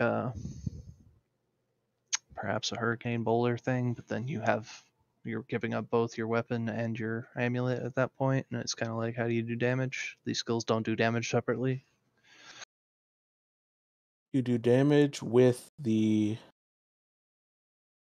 pro, the bat chest. Oh, the bat chest. The bat chest power. Oh, they're fixing the issue you're casting Boulder, and so it triggers the bat chest every time. This is just generic, but they fixed an issue where range skills from the player were not hit an enemy that they teleported directly to. Or I would assume that this might be a more generic change. But there were times on Sorc where you could TP and teleport does damage. Like it wouldn't actually deal any damage, and like you wouldn't get any of your things to proc. And like you wouldn't. It's just spaghetti code. I don't really know where Pulp slots into that mix, honestly. Pulp has the downside of not being a storm skill, so. Right. But I mean, it does okay.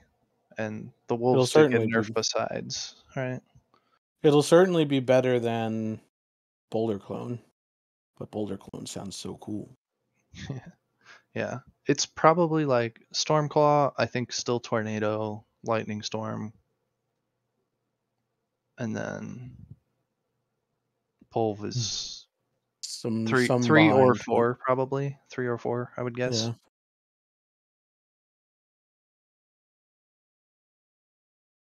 Fuck, they're nerfing Esus in the bug. Then Trample Slide, then Barrier.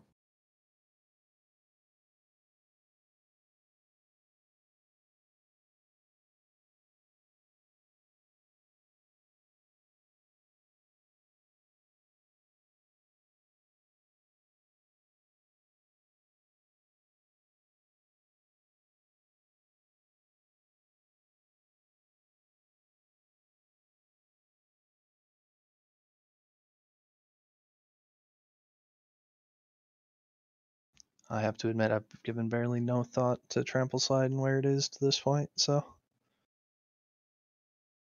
it's not my guide.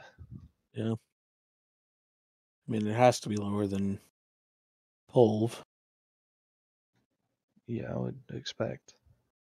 It always has been, and there's nothing that should have changed. Oh, that. they fixed the Hydra bug that caused it to do the bulwark thing. Hydra was doing that same thing. Yeah, so they fixed some of the really egregious bugs and then didn't fix some of the other ones. Like, so you got Mendel's still working, Bursting Venoms is still doing some bullshit. Yeah. And then they fixed some other major outliers like Hydra and Bulwark. I don't think this makes Hydra really playable, even with the buffs to its base damage. It seems like you still just play Ice Shard Sorc. Don't fuck with the ice spikes. Play Ice Shards, you play light unstable currents, which honestly the only thing that I think is just solid guaranteed to work is Ice Shard. Still.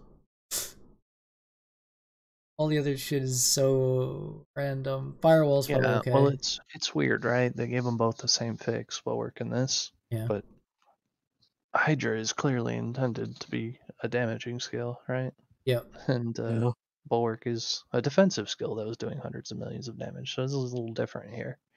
Yeah. This the change neuters Bulwark pretty badly, I think. I might be proven wrong.